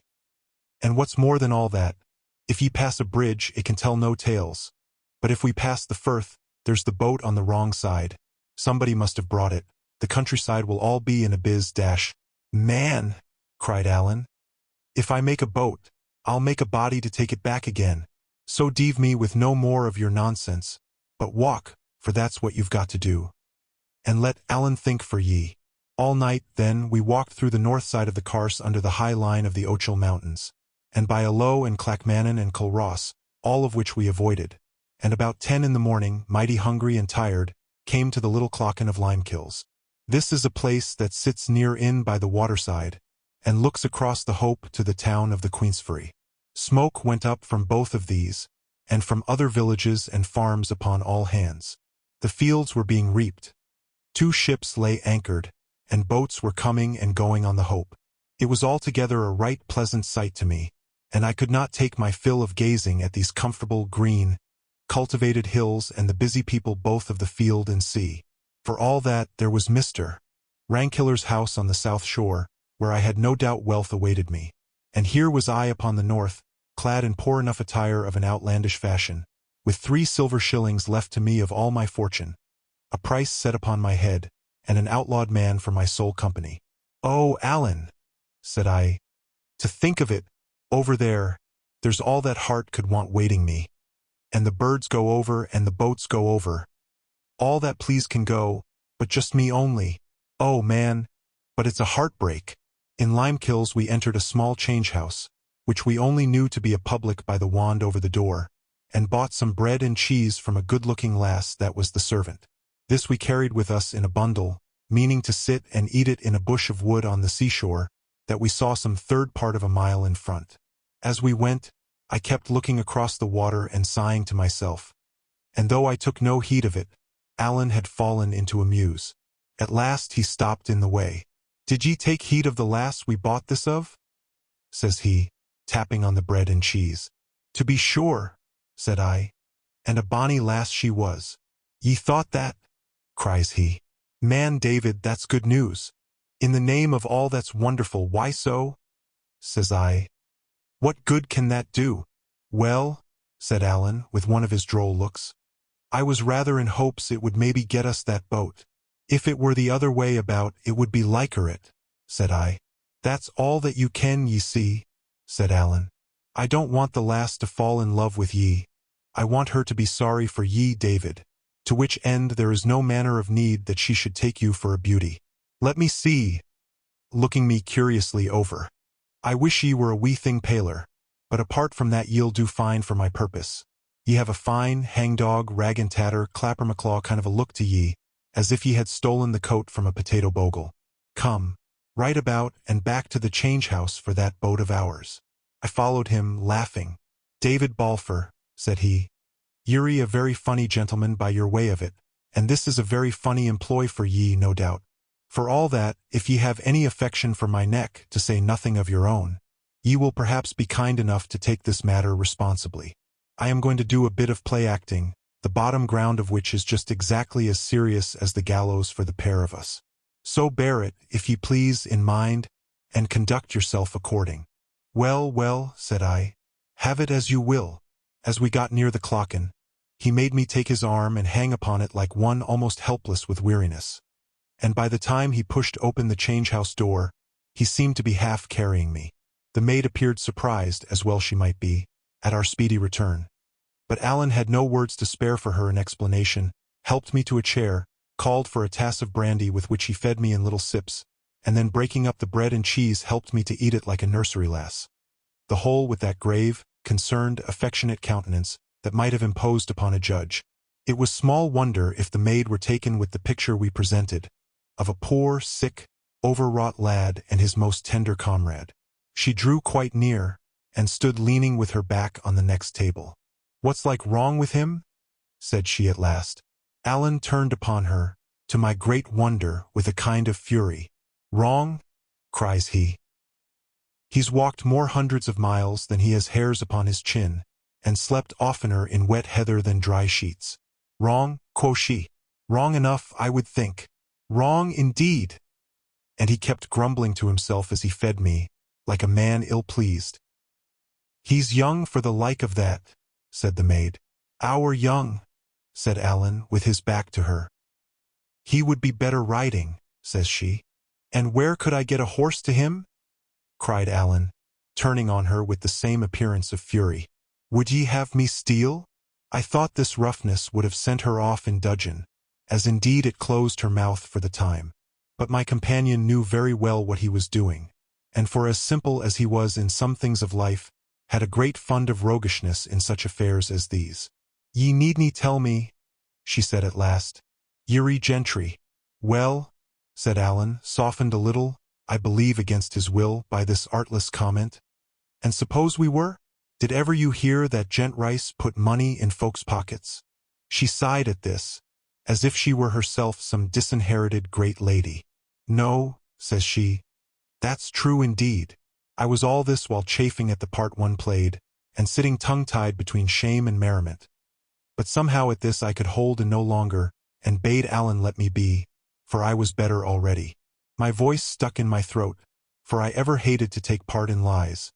But my very embarrassment helped on the plot, for the lass no doubt set down my husky voice to sickness and fatigue. Has he nae friends? Said she in a tearful voice. That has he so, cried Alan. If we could but win to them. Friends and rich friends, beds to lie in, food to eat, doctors to see to him, and here he must tramp in the dubs and sleep in the heather like a beggar man. And why that? Says the lass. My dear, said Alan, I cannae very safely say, but I'll tell ye what I'll do instead, says he. I'll whistle ye a bit tune. And with that he leaned pretty far over the table, and in a mere breath of a whistle, but with a wonderful pretty sentiment, gave her a few bars of Charlie is my darling. Wheesht, says she, and looked over her shoulder to the door. That's it, said Alan. And him so young, cries the lass. He's old enough to. And Alan struck his forefinger on the back part of his neck, meaning that I was old enough to lose my head. It would be a black shame, she cried, flushing high. It's what will be, though, said Alan. Unless we manage the better. At this the lass turned and ran out of that part of the house, leaving us alone together. Alan in high good humor at the furthering of his schemes, and I in bitter dudgeon at being called a Jacobite and treated like a child. Alan, I cried, I can stand no more of this. Ye'll have to sit it then, Davy, said he. For if ye upset the pot now, ye may scrape your own life out of the fire, but Alan Breck is a dead man. This was so true that I could only groan, and even my groan served Alan's purpose, for it was overheard by the lass as she came flying in again with a dish of white puddings and a bottle of strong ale. "Poor lamb," says she, and had no sooner set the meat before us, than she touched me on the shoulder with a little friendly touch, as much as to bid me cheer up. Then she told us to fall to, and there would be no more to pay. For the inn was her own, or at least her father's, and he was gone for the day to Pittencrieff. We waited for no second bidding, for bread and cheese is but cold comfort, and the puddings smelt excellently well.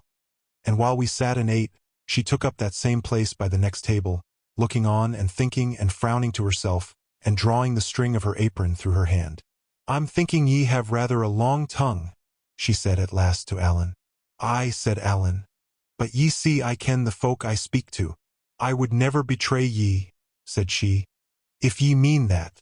"No," said he, "ye're not that kind.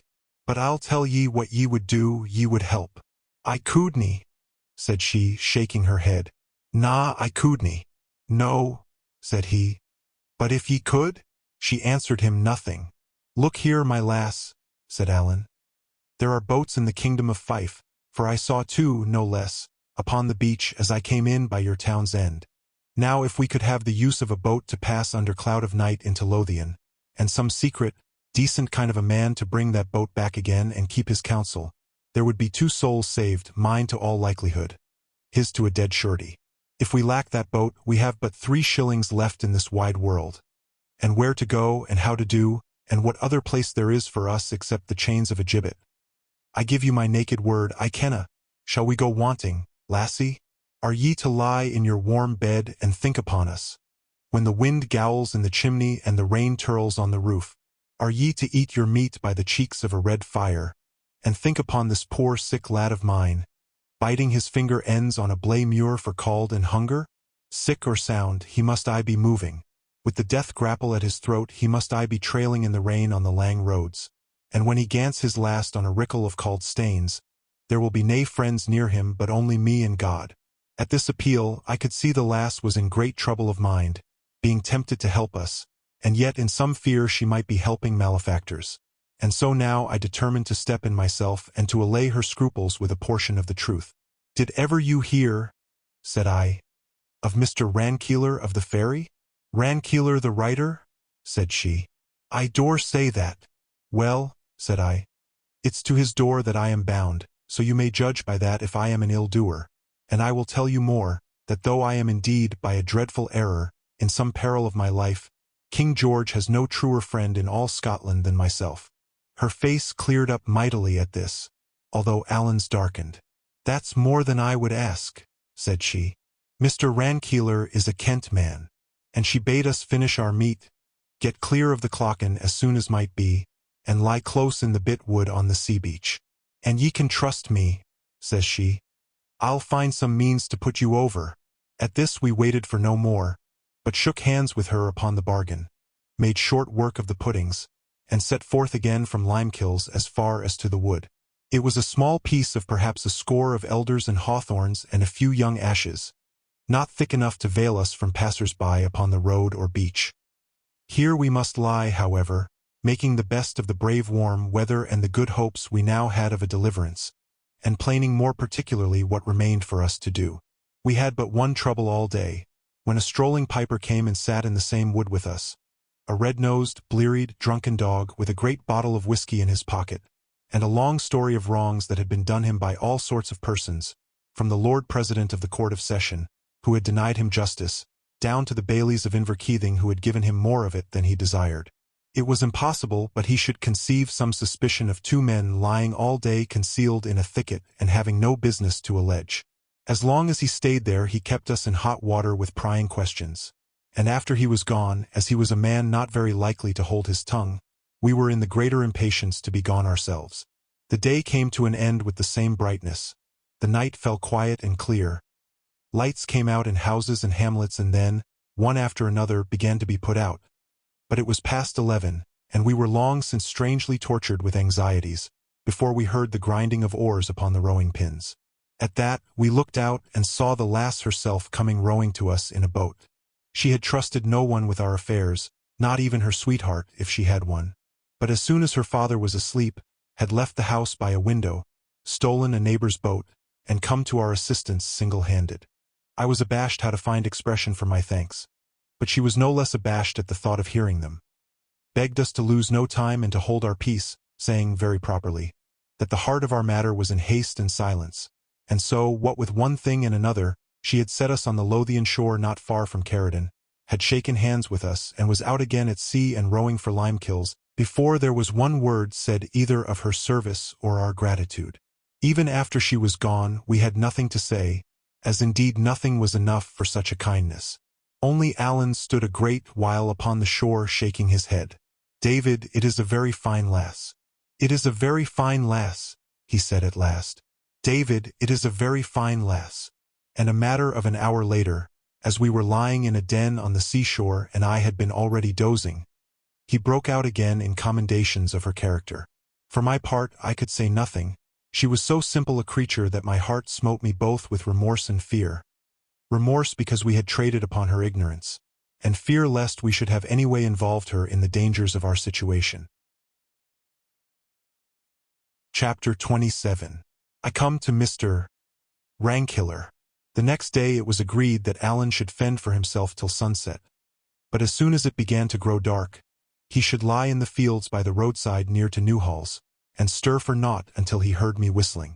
At first I proposed I should give him for a signal the bonny house of Airlie, which was a favourite of mine, but he objected that as the piece was very commonly known, any ploughman might whistle it by accident, and taught me instead a little fragment of a Highland air, which has run in my head from that day to this, and will likely run in my head when I lie dying.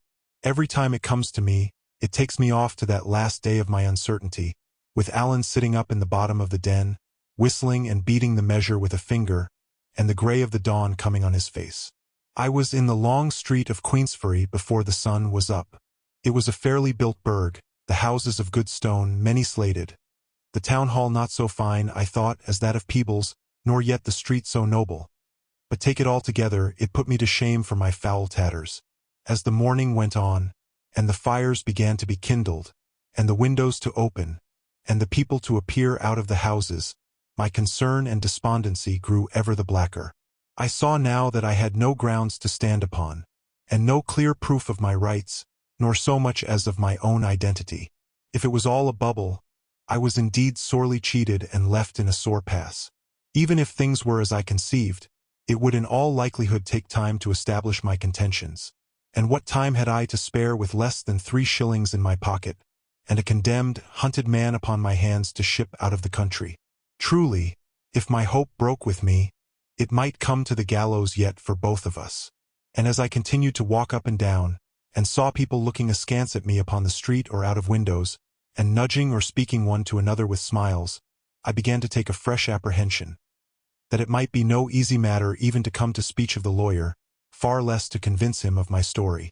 For the life of me I could not muster up the courage to address any of these reputable burghers. I thought shame even to speak with them in such a pickle of rags and dirt, and if I had asked for the house of such a man as Mr. Rankeillor, I suppose they would have burst out laughing in my face. So I went up and down, and through the street, and down to the harbour side, like a dog that has lost its master, with a strange gnawing in my inwards, and every now and then a movement of despair. It grew to be high day at last, perhaps 9 in the forenoon, and I was worn with these wanderings, and chanced to have stopped in front of a very good house on the landward side, a house with beautiful clear glass windows, flowering knots upon the sills, the walls new harled 33, and a chase dog sitting yawning on the step like one that was at home. Well, I was even envying this dumb brute, when the door fell open and there issued forth a shrewd, ruddy, kindly, consequential man in a well-powdered wig and spectacles. I was in such a plight that no one set eyes on me once, but he looked at me again.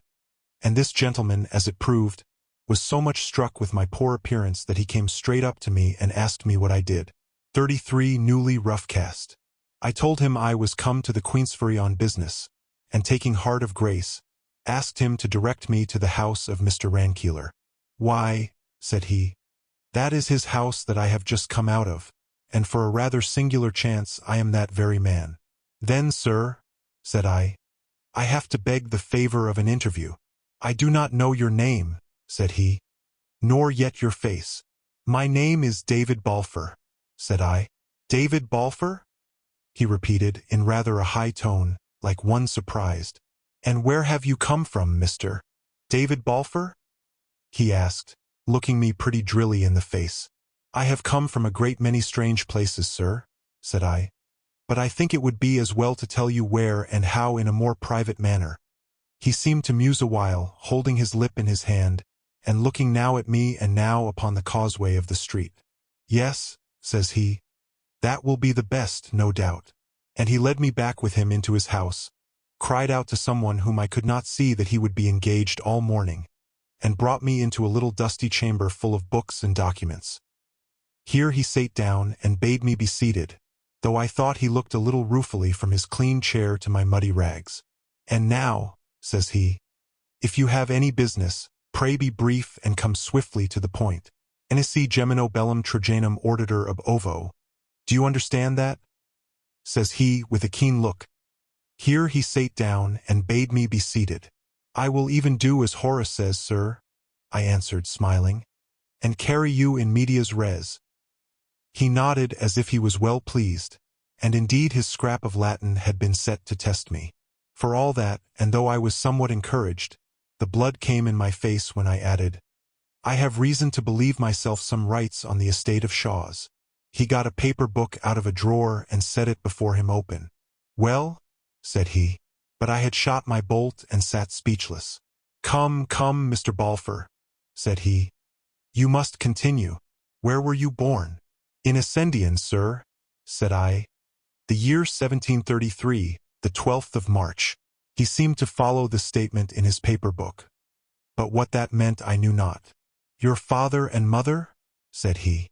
"My father was Alexander Balfour, schoolmaster of that place," said I, "and my mother Grace Pitt Arrow. I think her people were from Angus." "Have you any papers proving your identity?" asked Mr. Rankeeler. "No, sir," said I, "but they are in the hands of Mr. Campbell, the minister, and could be readily produced. Mr. Campbell, too, would give me his word, and for that matter I do not think my uncle would deny me." "Meaning Mr. Ebenezer Balfour?" says he.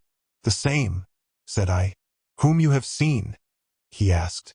"By whom I was received into his own house," I answered. "Did you ever meet a man of the name of Hosea Son?" asked Mr. Rankeeler. "I did so, sir, for my sins," said I. "For it was by his means and the procurement of my uncle that I was kidnapped within sight of this town, carried to sea, suffered shipwreck and 100 other hardships, and stand before you today in this poor accoutrement." "You say you were shipwrecked," said Rankeeler. "Where was that?" "Off the south end of the Isle of Mull," said I. "The name of the isle on which I was cast up is the island Irraid." "Ah," says he, smiling, "you are deeper than me in the geography, but so far I may tell you this agrees pretty exactly with other informations that I hold." "But you say you were kidnapped. In what sense?"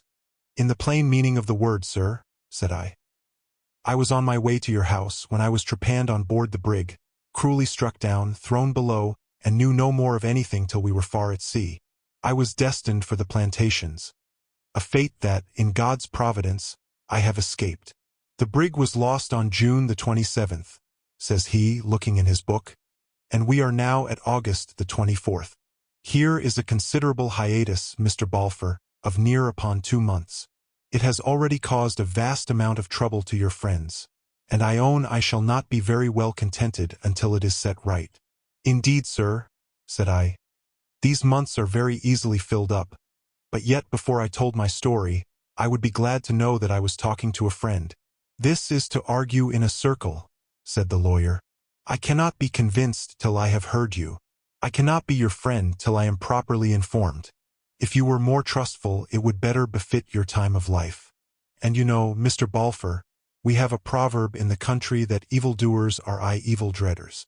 You are not to forget, sir," said I, "that I have already suffered by my trustfulness, and was shipped off to be a slave by the very man that, if I rightly understand, is your employer? All this while I had been gaining ground with Mr. Rankeeler, and in proportion as I gained ground, gaining confidence. But at this sally, which I made with something of a smile myself, he fairly laughed aloud. "No, no," said he, "it is not so bad as that. Fui, non sum. I was indeed your uncle's man of business. But while you, imberbes Jovinis custode remoto, were gallivanting in the west, a good deal of water has run under the bridges, and if your ears did not sing, it was not for lack of being talked about. On the very day of your sea disaster, Mr. Campbell stalked into my office, demanding you from all the winds. I had never heard of your existence, but I had known your father, and from matters in my competence to be touched upon hereafter, I was disposed to fear the worst. Mr. Ebenezer admitted having seen you, declared, what seemed improbable, that he had given you considerable sums, and that you had started for the continent of Europe, intending to fulfill your education, which was probable and praiseworthy. Interrogated how you had come to send no word to Mr. Campbell, he deponed that you had expressed a great desire to break with your past life. Further interrogated where you now were, protested ignorance, but believed you were in Leyden. That is a close sum of his replies. I am not exactly sure that anyone believed him, continued Mr. Rankeeler with a smile.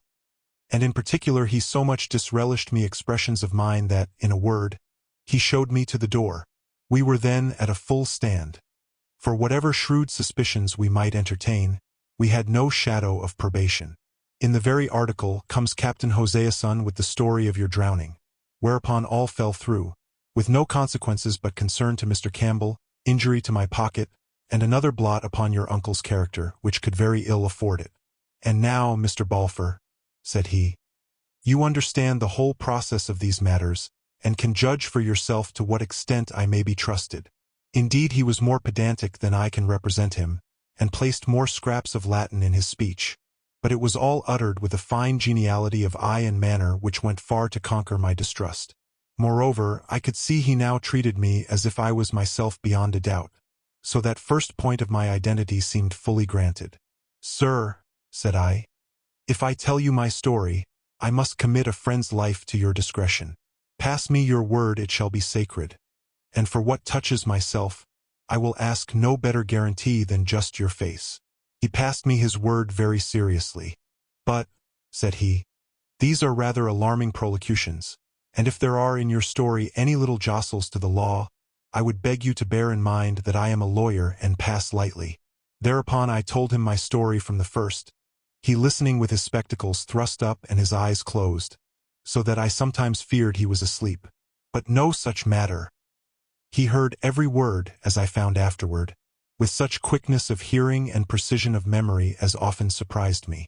Even strange outlandish Gaelic names, heard for that time only, he remembered and would remind me of years after. Yet when I called Alan Breck in full, we had an odd scene. The name of Alan had of course rung through Scotland, with the news of the Appin murder and the offer of the reward, and it had no sooner escaped me than the lawyer moved in his seat and opened his eyes. I would name no unnecessary names, Mr. Balfour, said he. Above all of Highlanders, many of whom are obnoxious to the law. Well, it might have been better not, said I. But since I have let it slip, I may as well continue. Not at all, said Mr. Rankeeler. I am somewhat dull of hearing, as you may have remarked, and I am far from sure I caught the name exactly. We will call your friend, if you please, Mr. Thompson, that there may be no reflections. And in future, I would take some such way with any Highlander that you may have to mention, dead or alive. By this, I saw he must have heard the name all too clearly, and had already guessed I might be coming to the murder. If he chose to play this part of ignorance, it was no matter of mine. So I smiled, said it was no very Highland-sounding name, and consented. Through all the rest of my story Alan was Mr. Thompson, which amused me the more, as it was a piece of policy after his own heart. James Stewart, in like manner, was mentioned under the style of Mr. Thompson's kinsman. Colin Campbell passed as a Mr. Glenn, and to Clooney, when I came to that part of my tale, I gave the name of Mr. Jameson, a Highland chief. It was truly the most open farce, and I wondered that the lawyer should care to keep it up. But after all, it was quite in the taste of that age, when there were two parties in the state, and quiet persons, with no very high opinions of their own, sought out every cranny to avoid offense to either. Well, well, said the lawyer when I had quite done.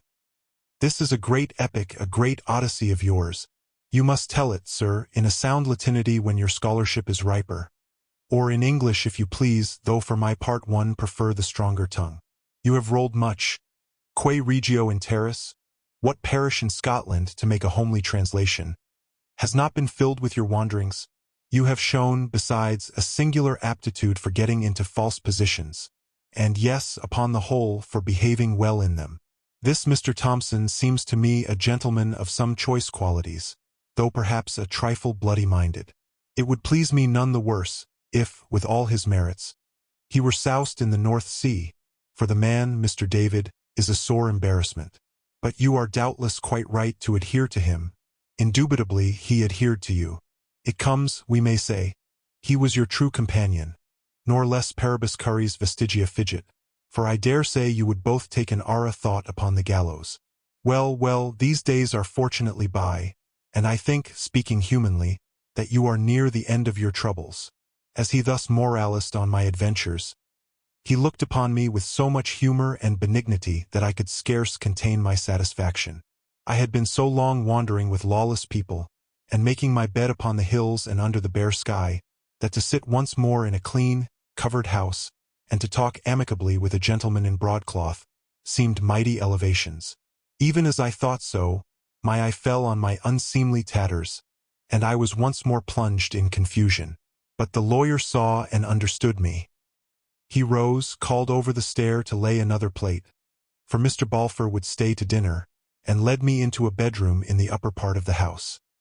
Here he set before me water and soap and a comb, and laid out some clothes that belonged to his son, and here, with another apposite tag, he left me to my toilet.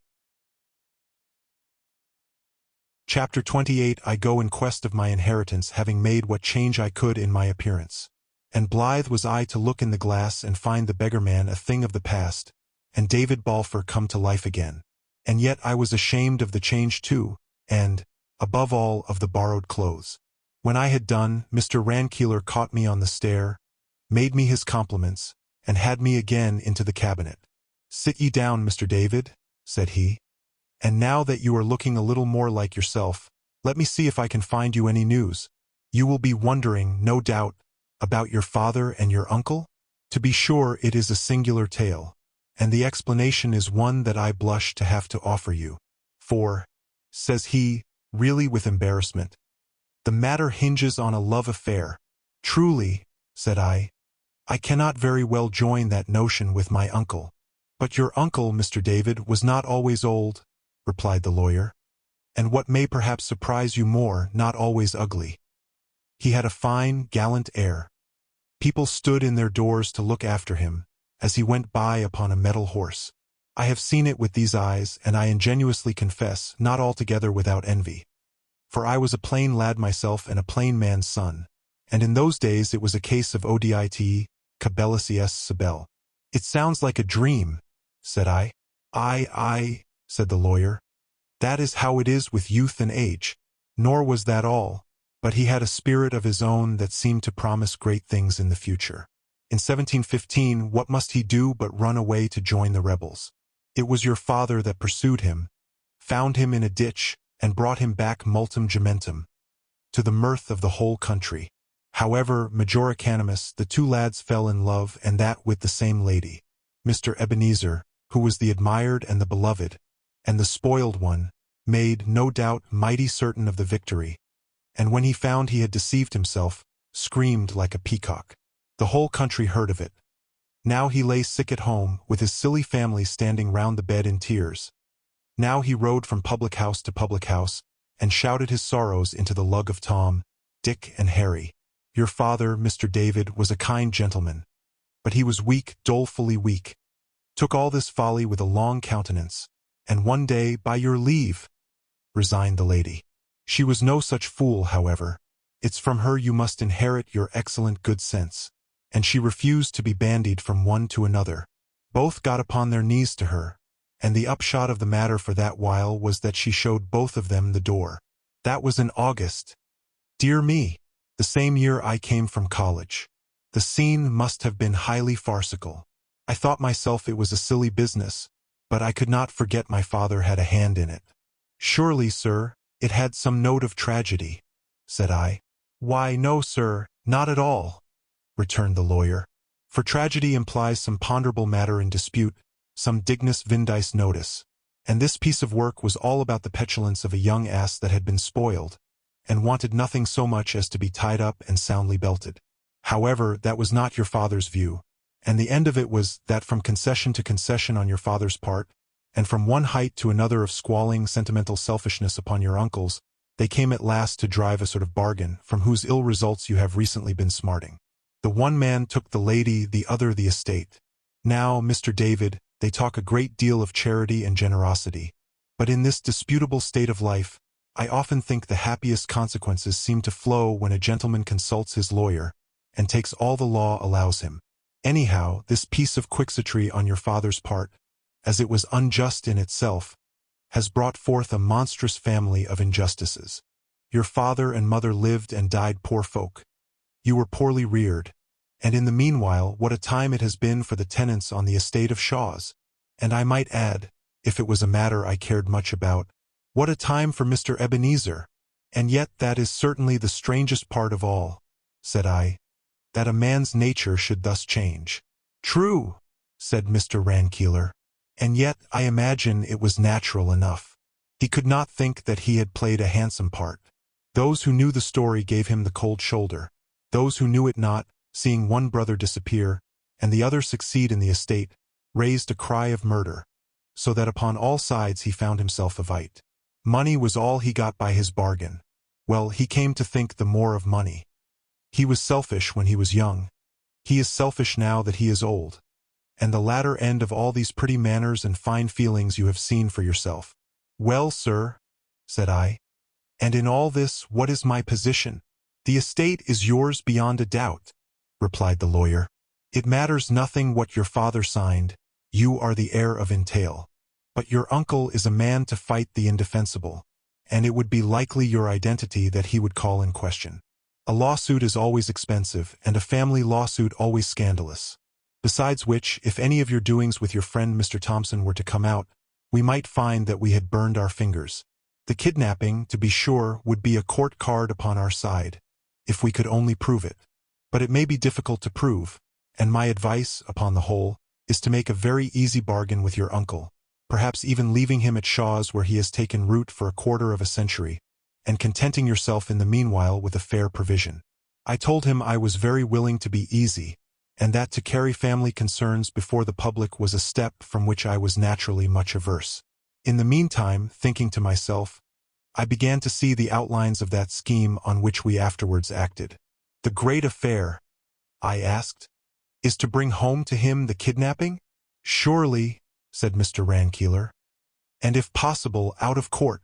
For mark you here, Mr. David, we could no doubt find some men of the covenant who would swear to your reclusion. But once they were in the box, we could no longer check their testimony, and some word of your friend Mr. Thompson must certainly crop out, which, from what you have let fall, I cannot think to be desirable. Well, sir, said I, here is my way of it, and I open my plot to him. But this would seem to involve my meeting the man Thompson? Says he, when I had done. I think so, indeed, sir, said I. Dear doctor, cries he, rubbing his brow. Dear doctor, no, Mr. David, I am afraid your scheme is inadmissible. I say nothing against your friend, Mr. Thompson. I know nothing against him, and if I did, mark this, Mr. David, it would be my duty to lay hands on him. Now I put it to you, is it wise to meet? He may have matters to his charge. He may not have told you all. His name may not be even Thompson, cries the lawyer, twinkling. For some of these fellows will pick up names by the roadside as another would gather haws. You must be the judge, sir, said I. But it was clear my plan had taken hold upon his fancy, for he kept musing to himself till we were called to dinner and the company of Mrs. Rankeeler, and that lady had scarce left us again to ourselves and a bottle of wine, ere he was back harping on my proposal. When and where was I to meet my friend Mr. Thompson? Was I sure of Mr. T.'s discretion? Supposing we could catch the old fox tripping, would I consent to such and such a term of an agreement? These and the like questions he kept asking at long intervals, while he thoughtfully rolled his wine upon his tongue. When I had answered all of them, seemingly to his contentment, he fell into a still deeper muse, even the claret being now forgotten. Then he got a sheet of paper and a pencil, and set to work writing and weighing every word, and at last touched a bell and had his clerk into the chamber. "Torrance," said he, "I must have this written out fair against tonight, and when it is done, you will be so kind as put on your hat and be ready to come along with this gentleman and me, for you will probably be wanted as a witness." "What, sir?" cried I, as soon as the clerk was gone. "Are you to venture it?" "Why, so it would appear," says he, filling his glass. "But let us speak no more of business. The very sight of Torrance brings in my head a little droll matter of some years ago, when I had made a tryst with the poor oaf at the Cross of Edinburgh. Each had gone his proper errand, and when it came 4 o'clock, Torrance had been taking a glass and did not know his master, and I, who had forgot my spectacles, was so blind without them, that I give you my word I did not know my own clerk. And thereupon he laughed heartily. I said it was an odd chance, and smiled out of politeness. But what held me all the afternoon in wonder, he kept returning and dwelling on this story, and telling it again with fresh details and laughter, so that I began at last to be quite put out of countenance and feel ashamed for my friend's folly. Towards the time I had appointed with Alan, we set out from the house, Mr. Rankeeler and I arm in arm, and Torrance following behind with the deed in his pocket and a covered basket in his hand.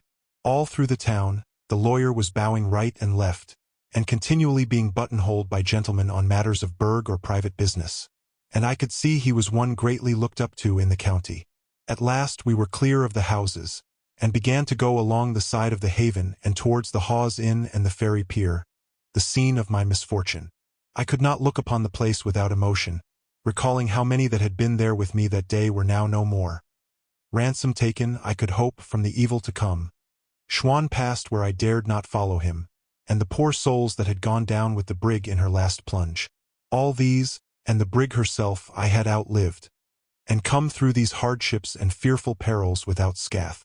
My only thought should have been of gratitude, and yet I could not behold the place without sorrow for others and a chill of recollected fear. I was so thinking when, upon a sudden, Mr. Rankeeler cried out, clapped his hand to his pockets, and began to laugh. "Why," he cries, "if this be not a farcical adventure, after all that I said, I have forgot my glasses." At that, of course, I understood the purpose of his anecdote, and knew that if he had left his spectacles at home, it had been done on purpose, so that he might have the benefit of Alan's help without the awkwardness of recognizing him. And indeed it was well thought upon. For now, suppose things to go the very worst, how could Rankeeler swear to my friend's identity, or how be made to bear damaging evidence against myself? For all that, he had been a long while of finding out his want, and had spoken to and recognized a good few persons as we came through the town, and I had little doubt myself that he saw reasonably well. As soon as we were past the Hawes, where I recognized the landlord smoking his pipe in the door, and was amazed to see him look no older, Mr. Rankeeler changed the order of march, walking behind with Torrance and sending me forward in the manner of a scout. I went up the hill, whistling from time to time my Gaelic air, and at length I had the pleasure to hear it answered and to see Alan rise from behind a bush. He was somewhat dashed in spirits, having passed a long day alone skulking in the county, and made but a poor meal in an alehouse near Dundas. But at the mere sight of my clothes, he began to brighten up, and as soon as I had told him in what a forward state our matters were and the part one looked to him to play in what remained, he sprang into a new man. "And that is a very good notion of yours," says he, "and I dare to say that you could lay your hands upon no better man to put it through than Alan Breck. It is not a thing, mark ye, that anyone could do, but takes a gentleman of penetration. But it sticks in my head your lawyer man will be somewhat wearying to see me," says Alan.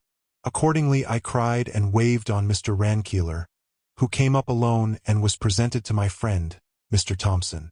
"Mr. Thompson, I am pleased to meet you," said he, "but I have forgotten my glasses, and our friend, Mr. David here," clapping me on the shoulder, "will tell you that I am little better than blind, and that you must not be surprised if I pass you by tomorrow." This he said, thinking that Alan would be pleased. But the Highlandman's vanity was ready to startle at a less matter than that.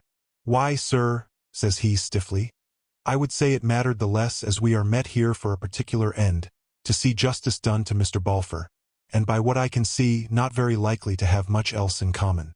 But I accept your apology, which was a very proper one to make. And that is more than I could look for, Mr. Thompson," said Rankeeler heartily. "And now as you and I are the chief actors in this enterprise, I think we should come into a nice agreement, to which end, I propose that you should lend me your arm, for, what with the dusk and the want of my glasses, I am not very clear as to the path. And as for you, Mr. David, you will find Torrance a pleasant kind of body to speak with. Only let me remind you, it's quite needless he should hear more of your adventures or those of, Mr. Thompson." Accordingly these two went on ahead in very close talk, and Torrance and I brought up the rear. These two went on ahead in very close talk, and Torrance and I brought up the rear. Night was quite come when we came in view of the house of Shaws. 10 had been gone some time. It was dark and mild, with a pleasant, rustling wind in the southwest that covered the sound of our approach, and as we drew near we saw no glimmer of light in any portion of the building. It seemed my uncle was already in bed, which was indeed the best thing for our arrangements. We made our last whispered consultation some 50 yards away, and then the lawyer and Torrance and I crept quietly up and crouched down beside the corner of the house, and as soon as we were in our places, Alan strode to the door without concealment and began to knock. Chapter 29. I come into my kingdom. For some time Alan volleyed upon the door, and his knocking only roused the echoes of the house and neighborhood. At last, however, I could hear the noise of a window gently thrust up, and knew that my uncle had come to his observatory. By what light there was, he would see Alan standing like a dark shadow on the steps. The 3 witnesses were hidden quite out of his view, so that there was nothing to alarm an honest man in his own house. For all that, he studied his visitor a while in silence, and when he spoke his voice had a quaver of misgiving. "What's this?" says he. "This is nae kind of time of night for decent folk, and I hae nae trokings, 34 wi' nighthawks. What brings ye here?" "I have a blunderbush, 34 dealings." "Is that your cell, Mr. Balfour?" returned Alan, stepping back and looking up into the darkness. "Have a care of that blunderbuss. They're nasty things to burst. What brings ye here? And where are ye?" says my uncle angrily. "I have no manner of inclination to rout out my name to the countryside," said Alan. "But what brings me here is another story, being more of your affair than mine, and if ye're sure it's what ye would like, I'll set it to a tune and sing it to you." "And what is't?" asked my uncle. "David," says Alan. "What was that?" cried my uncle in a mighty changed voice. "Shall I give ye the rest of the name, then?" said Alan. There was a pause, and then, "I'm thinking I'll better let ye in," says my uncle doubtfully. "I dare say that," said Alan. "But the point is, would I go? Now I will tell you what I am thinking. I am thinking that it is here upon this doorstep that we must confer upon this business, and it shall be here or nowhere at all whatever. For I would have you to understand that I am as stiff-necked as your cell, and a gentleman of better family." This change of note disconcerted Ebenezer. He was a little while digesting it, and then says he, We'll, what must be must," and shut the window. But it took him a long time to get downstairs, and a still longer to undo the fastenings, repenting, I dare say, and taken with fresh claps of fear at every second step and every bolt and bar. At last, however, we heard the creak of the hinges, and it seems my uncle slipped gingerly out and, seeing that Alan had stepped back a pace or two, sate him down on the top doorstep with the blunderbuss ready in his hands. "And now," says he, "mind I have my blunderbush, and if ye take a step nearer ye're as good as dade." "And a very civil speech," says Alan. "To be sure." "Na," says my uncle. "But this is no a very shanty kind of a proceeding, and I'm bound to be prepared. And now that we understand each other, ye'll can name your business." "Why," says Alan, "you that are a man of so much understanding, will doubtless have perceived that I am a Hieland gentleman. My name has nae business in my story, but the county of my friends is no very far from the Isle of Mull, of which ye will have heard. It seems there was a ship lost in those parts, and the next day a gentleman of my family was seeking wreckwood for his fire along the sands, when he came upon a lad that was half drowned. Well, he brought him to, and he and some other gentlemen took and clapped him in an auld ruined castle, where from that day to this he has been a great expense to my friends. My friends are a wee wild-like, and not so particular about the law as some that I could name, and finding that the lad owned some decent folk, and was your born nephew, Mr. Balfour, They asked me to give ye a bit call and confer upon the matter. And I may tell ye at the off-go, unless we can agree upon some terms, ye are little likely to set eyes upon him. For my friends, added Alan simply, are no very well off. My uncle cleared his throat. I'm no very caring, says he. He wasn't a good lad at the best of it, and I've nae call to interfere. Aye, said Alan. I see what ye would be at, pretending ye don't care to make the ransom smaller. Nah, said my uncle. It's the mere truth. I take nae manner of interest in the lad, and I'll pay nae ransom, and ye can make a kirk and a mill of him for what I care. Hoot, sir, says Alan. Blood's thicker than water, in the deal's name. Ye canny desert your brother's son for the fair shame of it. And if ye did, and it came to be kent, ye wouldn't be very popular in your countryside, or I'm the more deceived. I'm no just very popular the way it is, returned Ebenezer, and I dinna see how it would come to be kent. No by me onyway, nor yet by you or your friends. So that's idle talk, my bucky, says he. Then it'll have to be David that tells it, said Alan. How that? Says my uncle sharply. Oh, just this way, says Alan. My friends would doubtless keep your nephew as long as there was any likelihood of siller to be made of it. But if there was none, I am clearly of opinion they would let him gang where he pleased and be damned to him. Aye, but I'm no very caring about that either, said my uncle. I wouldn't be muckle made up with that. I was thinking that, said Alan. And what for why? Asked Ebenezer. Why, Mr. Balfour, replied Alan. By all that I could hear, there were two ways of it. Either ye liked David and would pay to get him back, or else ye had very good reasons for not wanting him and would pay for us to keep him. It seems it's not the first. Well then, it's the second, and blithe am I to ken it, for it should be a pretty penny in my pocket and the pockets of my friends. I dinna follow ye there, said my uncle. No? Said Alan. Well, see here, you dinna want the lad back. Well, what do ye want done with him, and how much will ye pay? My uncle made no answer, but shifted uneasily on his seat. Come, sir, cried Alan. I would have you to ken that I am a gentleman. I bear a king's name. I am nae rider to kick my shanks at your hall door. Either give me an answer in civility, and that out of hand, or by the top of Glencoe, I will ram 3 feet of iron through your vitals.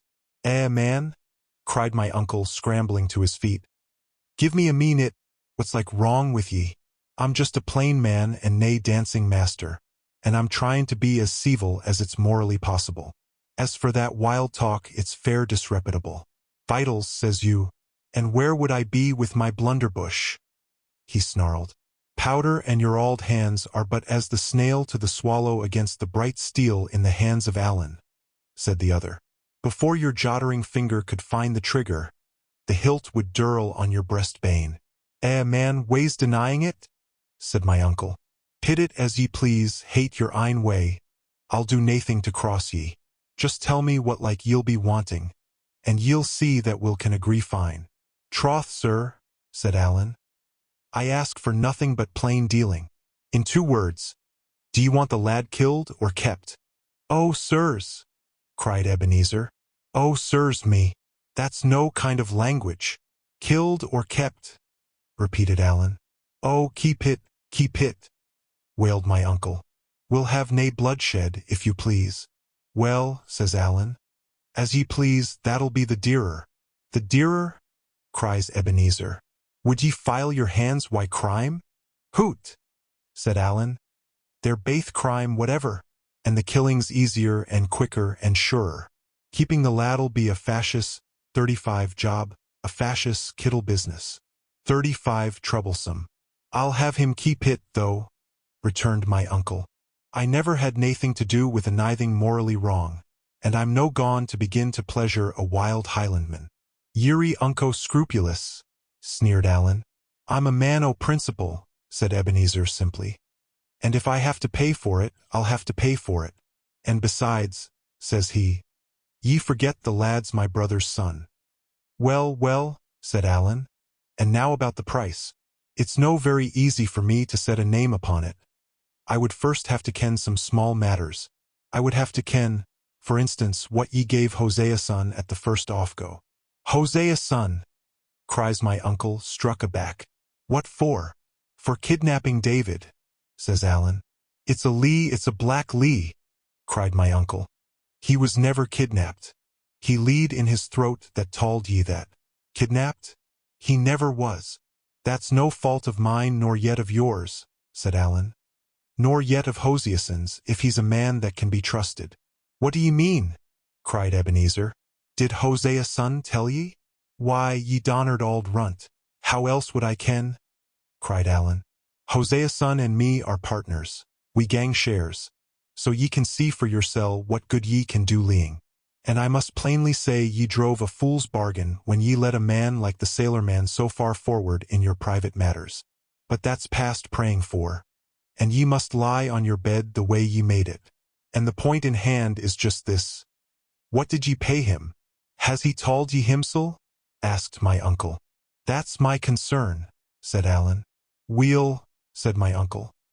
I dinna care what he said, he lead, and the solemn God's truth is this, that I gave him £20, but I'll be perfectly honest with ye. For by that, he was to have the selling of the lad in Caroliny. Wilk would be as muckle mair, but no from my pocket, ye see. Thank you, Mr. Thompson. That will do excellently well, said the lawyer, stepping forward, and then mighty civilly, Good evening, Mr. Balfour, said he. And, Good evening, Uncle Ebenezer, said I.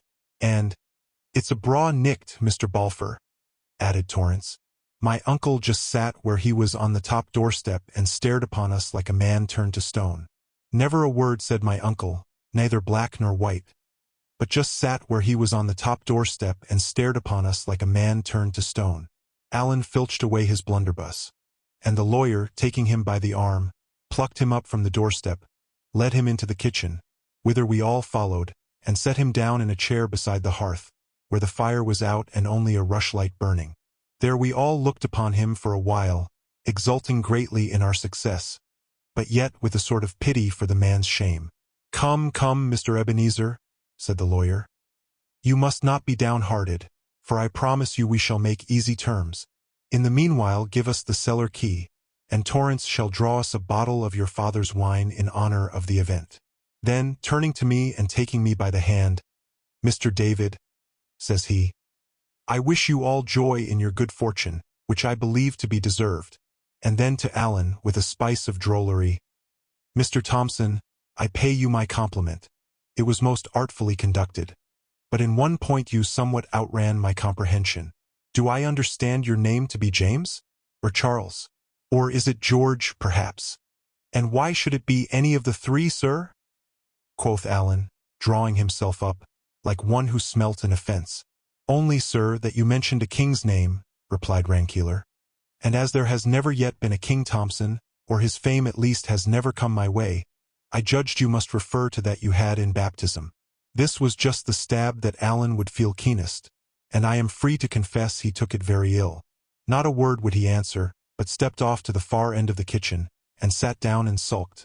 And it was not till I stepped after him and gave him my hand, and thanked him by title as the chief spring of my success, that he began to smile a bit, and was at last prevailed upon to join our party. By that time we had the fire lighted and a bottle of wine uncorked. A good supper came out of the basket, to which Torrance and I and Alan set ourselves down, while the lawyer and my uncle passed into the next chamber to consult. They stayed there closeted about an hour, at the end of which period they had come to a good understanding, and my uncle and I set our hands to the agreement in a formal manner. By the terms of this, my uncle bound himself to satisfy Rankeeler as to his intermissions, and to pay me 2 clear thirds of the yearly income of Shaw's. So the beggar in the ballad had come home, and when I lay down that night on the kitchen chests, I was a man of means and had a name in the country. Alan and Torrance and Rankeeler slept and snored on their hard beds. But for me who had lain out under heaven and upon dirt and stones, so many days and nights, and often with an empty belly, and in fear of death, this good change in my case unmanned me more than any of the former evil ones, and I lay till dawn, looking at the fire on the roof and planning the future.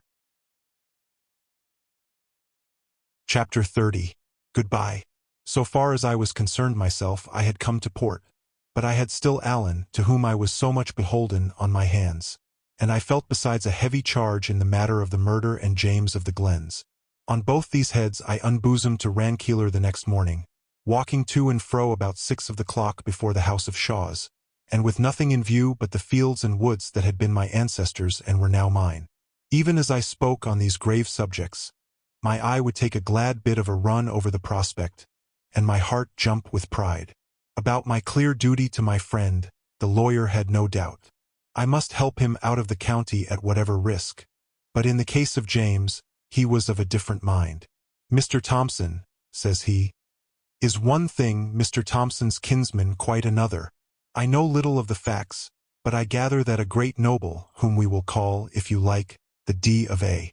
36, has some concern and is even supposed to feel some animosity in the matter.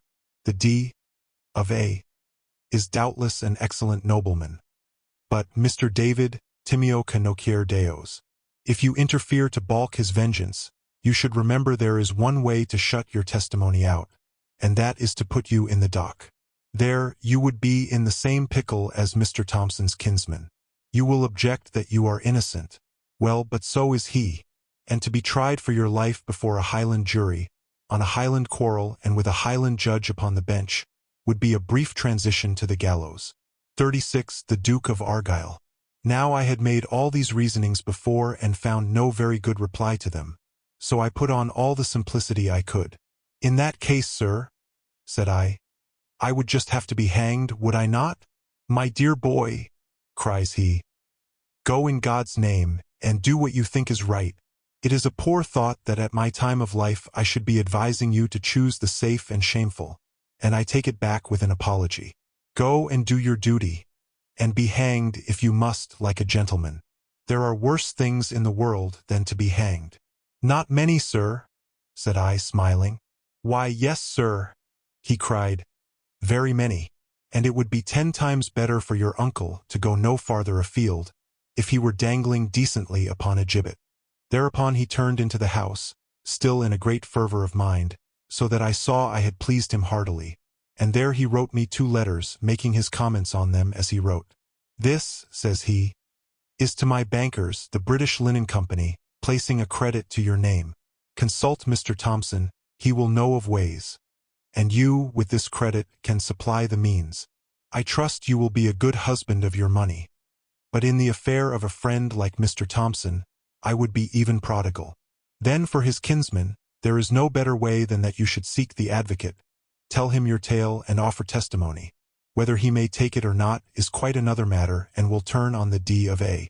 Now, that you may reach the Lord Advocate well recommended, I give you here a letter to a namesake of your own, the learned Mr. Balfour of Pilrig, a man whom I esteem. It will look better that you should be presented by one of your own name, and the Laird of Pilrig is much looked up to in the faculty and stands well with Lord Advocate Grant. I would not trouble him, if I were you, with any particulars, and, do you know, I think it would be needless to refer to Mr. Thompson. Form yourself upon the Laird, he is a good model. When you deal with the advocate, be discreet. And in all these matters may the Lord guide you, Mr. David." Thereupon he took his farewell, and set out with Torrance for the ferry, while Alan and I turned our faces for the city of Edinburgh. As we went by the footpath and beside the gateposts and the unfinished lodge, we kept looking back at the house of my fathers. It stood there, bare and great and smokeless, like a place not lived in. Only in one of the top windows, there was the peak of a nightcap bobbing up and down and back and forward, like the head of a rabbit from a burrow. I had little welcome when I came, and less kindness while I stayed, but at least I was watched as I went away. Alan and I went slowly forward upon our way, having little heart either to walk or speak. The same thought was uppermost in both, that we were near the time of our parting, and remembrance of all the bygone days sate upon us sorely. We talked indeed of what should be done, and it was resolved that Alan should keep to the county, biding now here, now there, but coming once in the day to a particular place where I might be able to communicate with him, either in my own person or by messenger. In the meanwhile, I was to seek out a lawyer who was an Appin Stewart, and a man therefore to be wholly trusted, and it should be his part to find a ship and to arrange for Alan's safe embarkation. No sooner was this business done, than the word seemed to leave us, and though I would seek to jest with Alan under the name of Mr. Thompson, and he with me on my new clothes and my estate, you could feel very well that we were nearer tears than laughter. We came the byway over the hill of Corstorphine, and when we got near to the place called Rest and Be Thankful, and looked down on Corstorphine bogs and over to the city and the castle on the hill, we both stopped, for we both knew without a word said that we had come to where our ways parted. Here he repeated to me once again what had been agreed upon between us, the address of the lawyer, the daily hour at which Alan might be found, and the signals that were to be made by any that came seeking him. Then I gave what money I had, a guinea or two of Rankillers, so that he should not starve in the meanwhile, and then we stood a space and looked over at Edinburgh in silence. "Well, goodbye," said Alan, and held out his left hand. "Well, goodbye," said Alan, and held out his left hand. "Goodbye," said I, and gave the hand a little grasp, and went off downhill. Neither one of us looked the other in the face, nor so long as he was in my view did I take one back glance at the friend I was leaving. But as I went on my way to the city, I felt so lost and lonesome that I could have found it in my heart to sit down by the dike and cry and weep like any baby. It was coming near noon when I passed in by the West Kirk and the Grass Market into the streets of the capital. The huge height of the buildings, running up to 10 and 15 stories, the narrow arched entries that continually vomited passengers, the wares of the merchants in their windows, the hubbub and endless stir, the foul smells and the fine clothes, and 100 other particulars too small to mention, struck me into a kind of stupor of surprise, so that I let the crowd carry me to and fro. And yet all the time what I was thinking of was Alan at Rest and Be Thankful. And all the time, although you would think I would not choose but be delighted with these broths and novelties, there was a cold gnawing in my inside like a remorse for something wrong. The hand of Providence brought me in my drifting to the very doors of the British Linen Company's bank.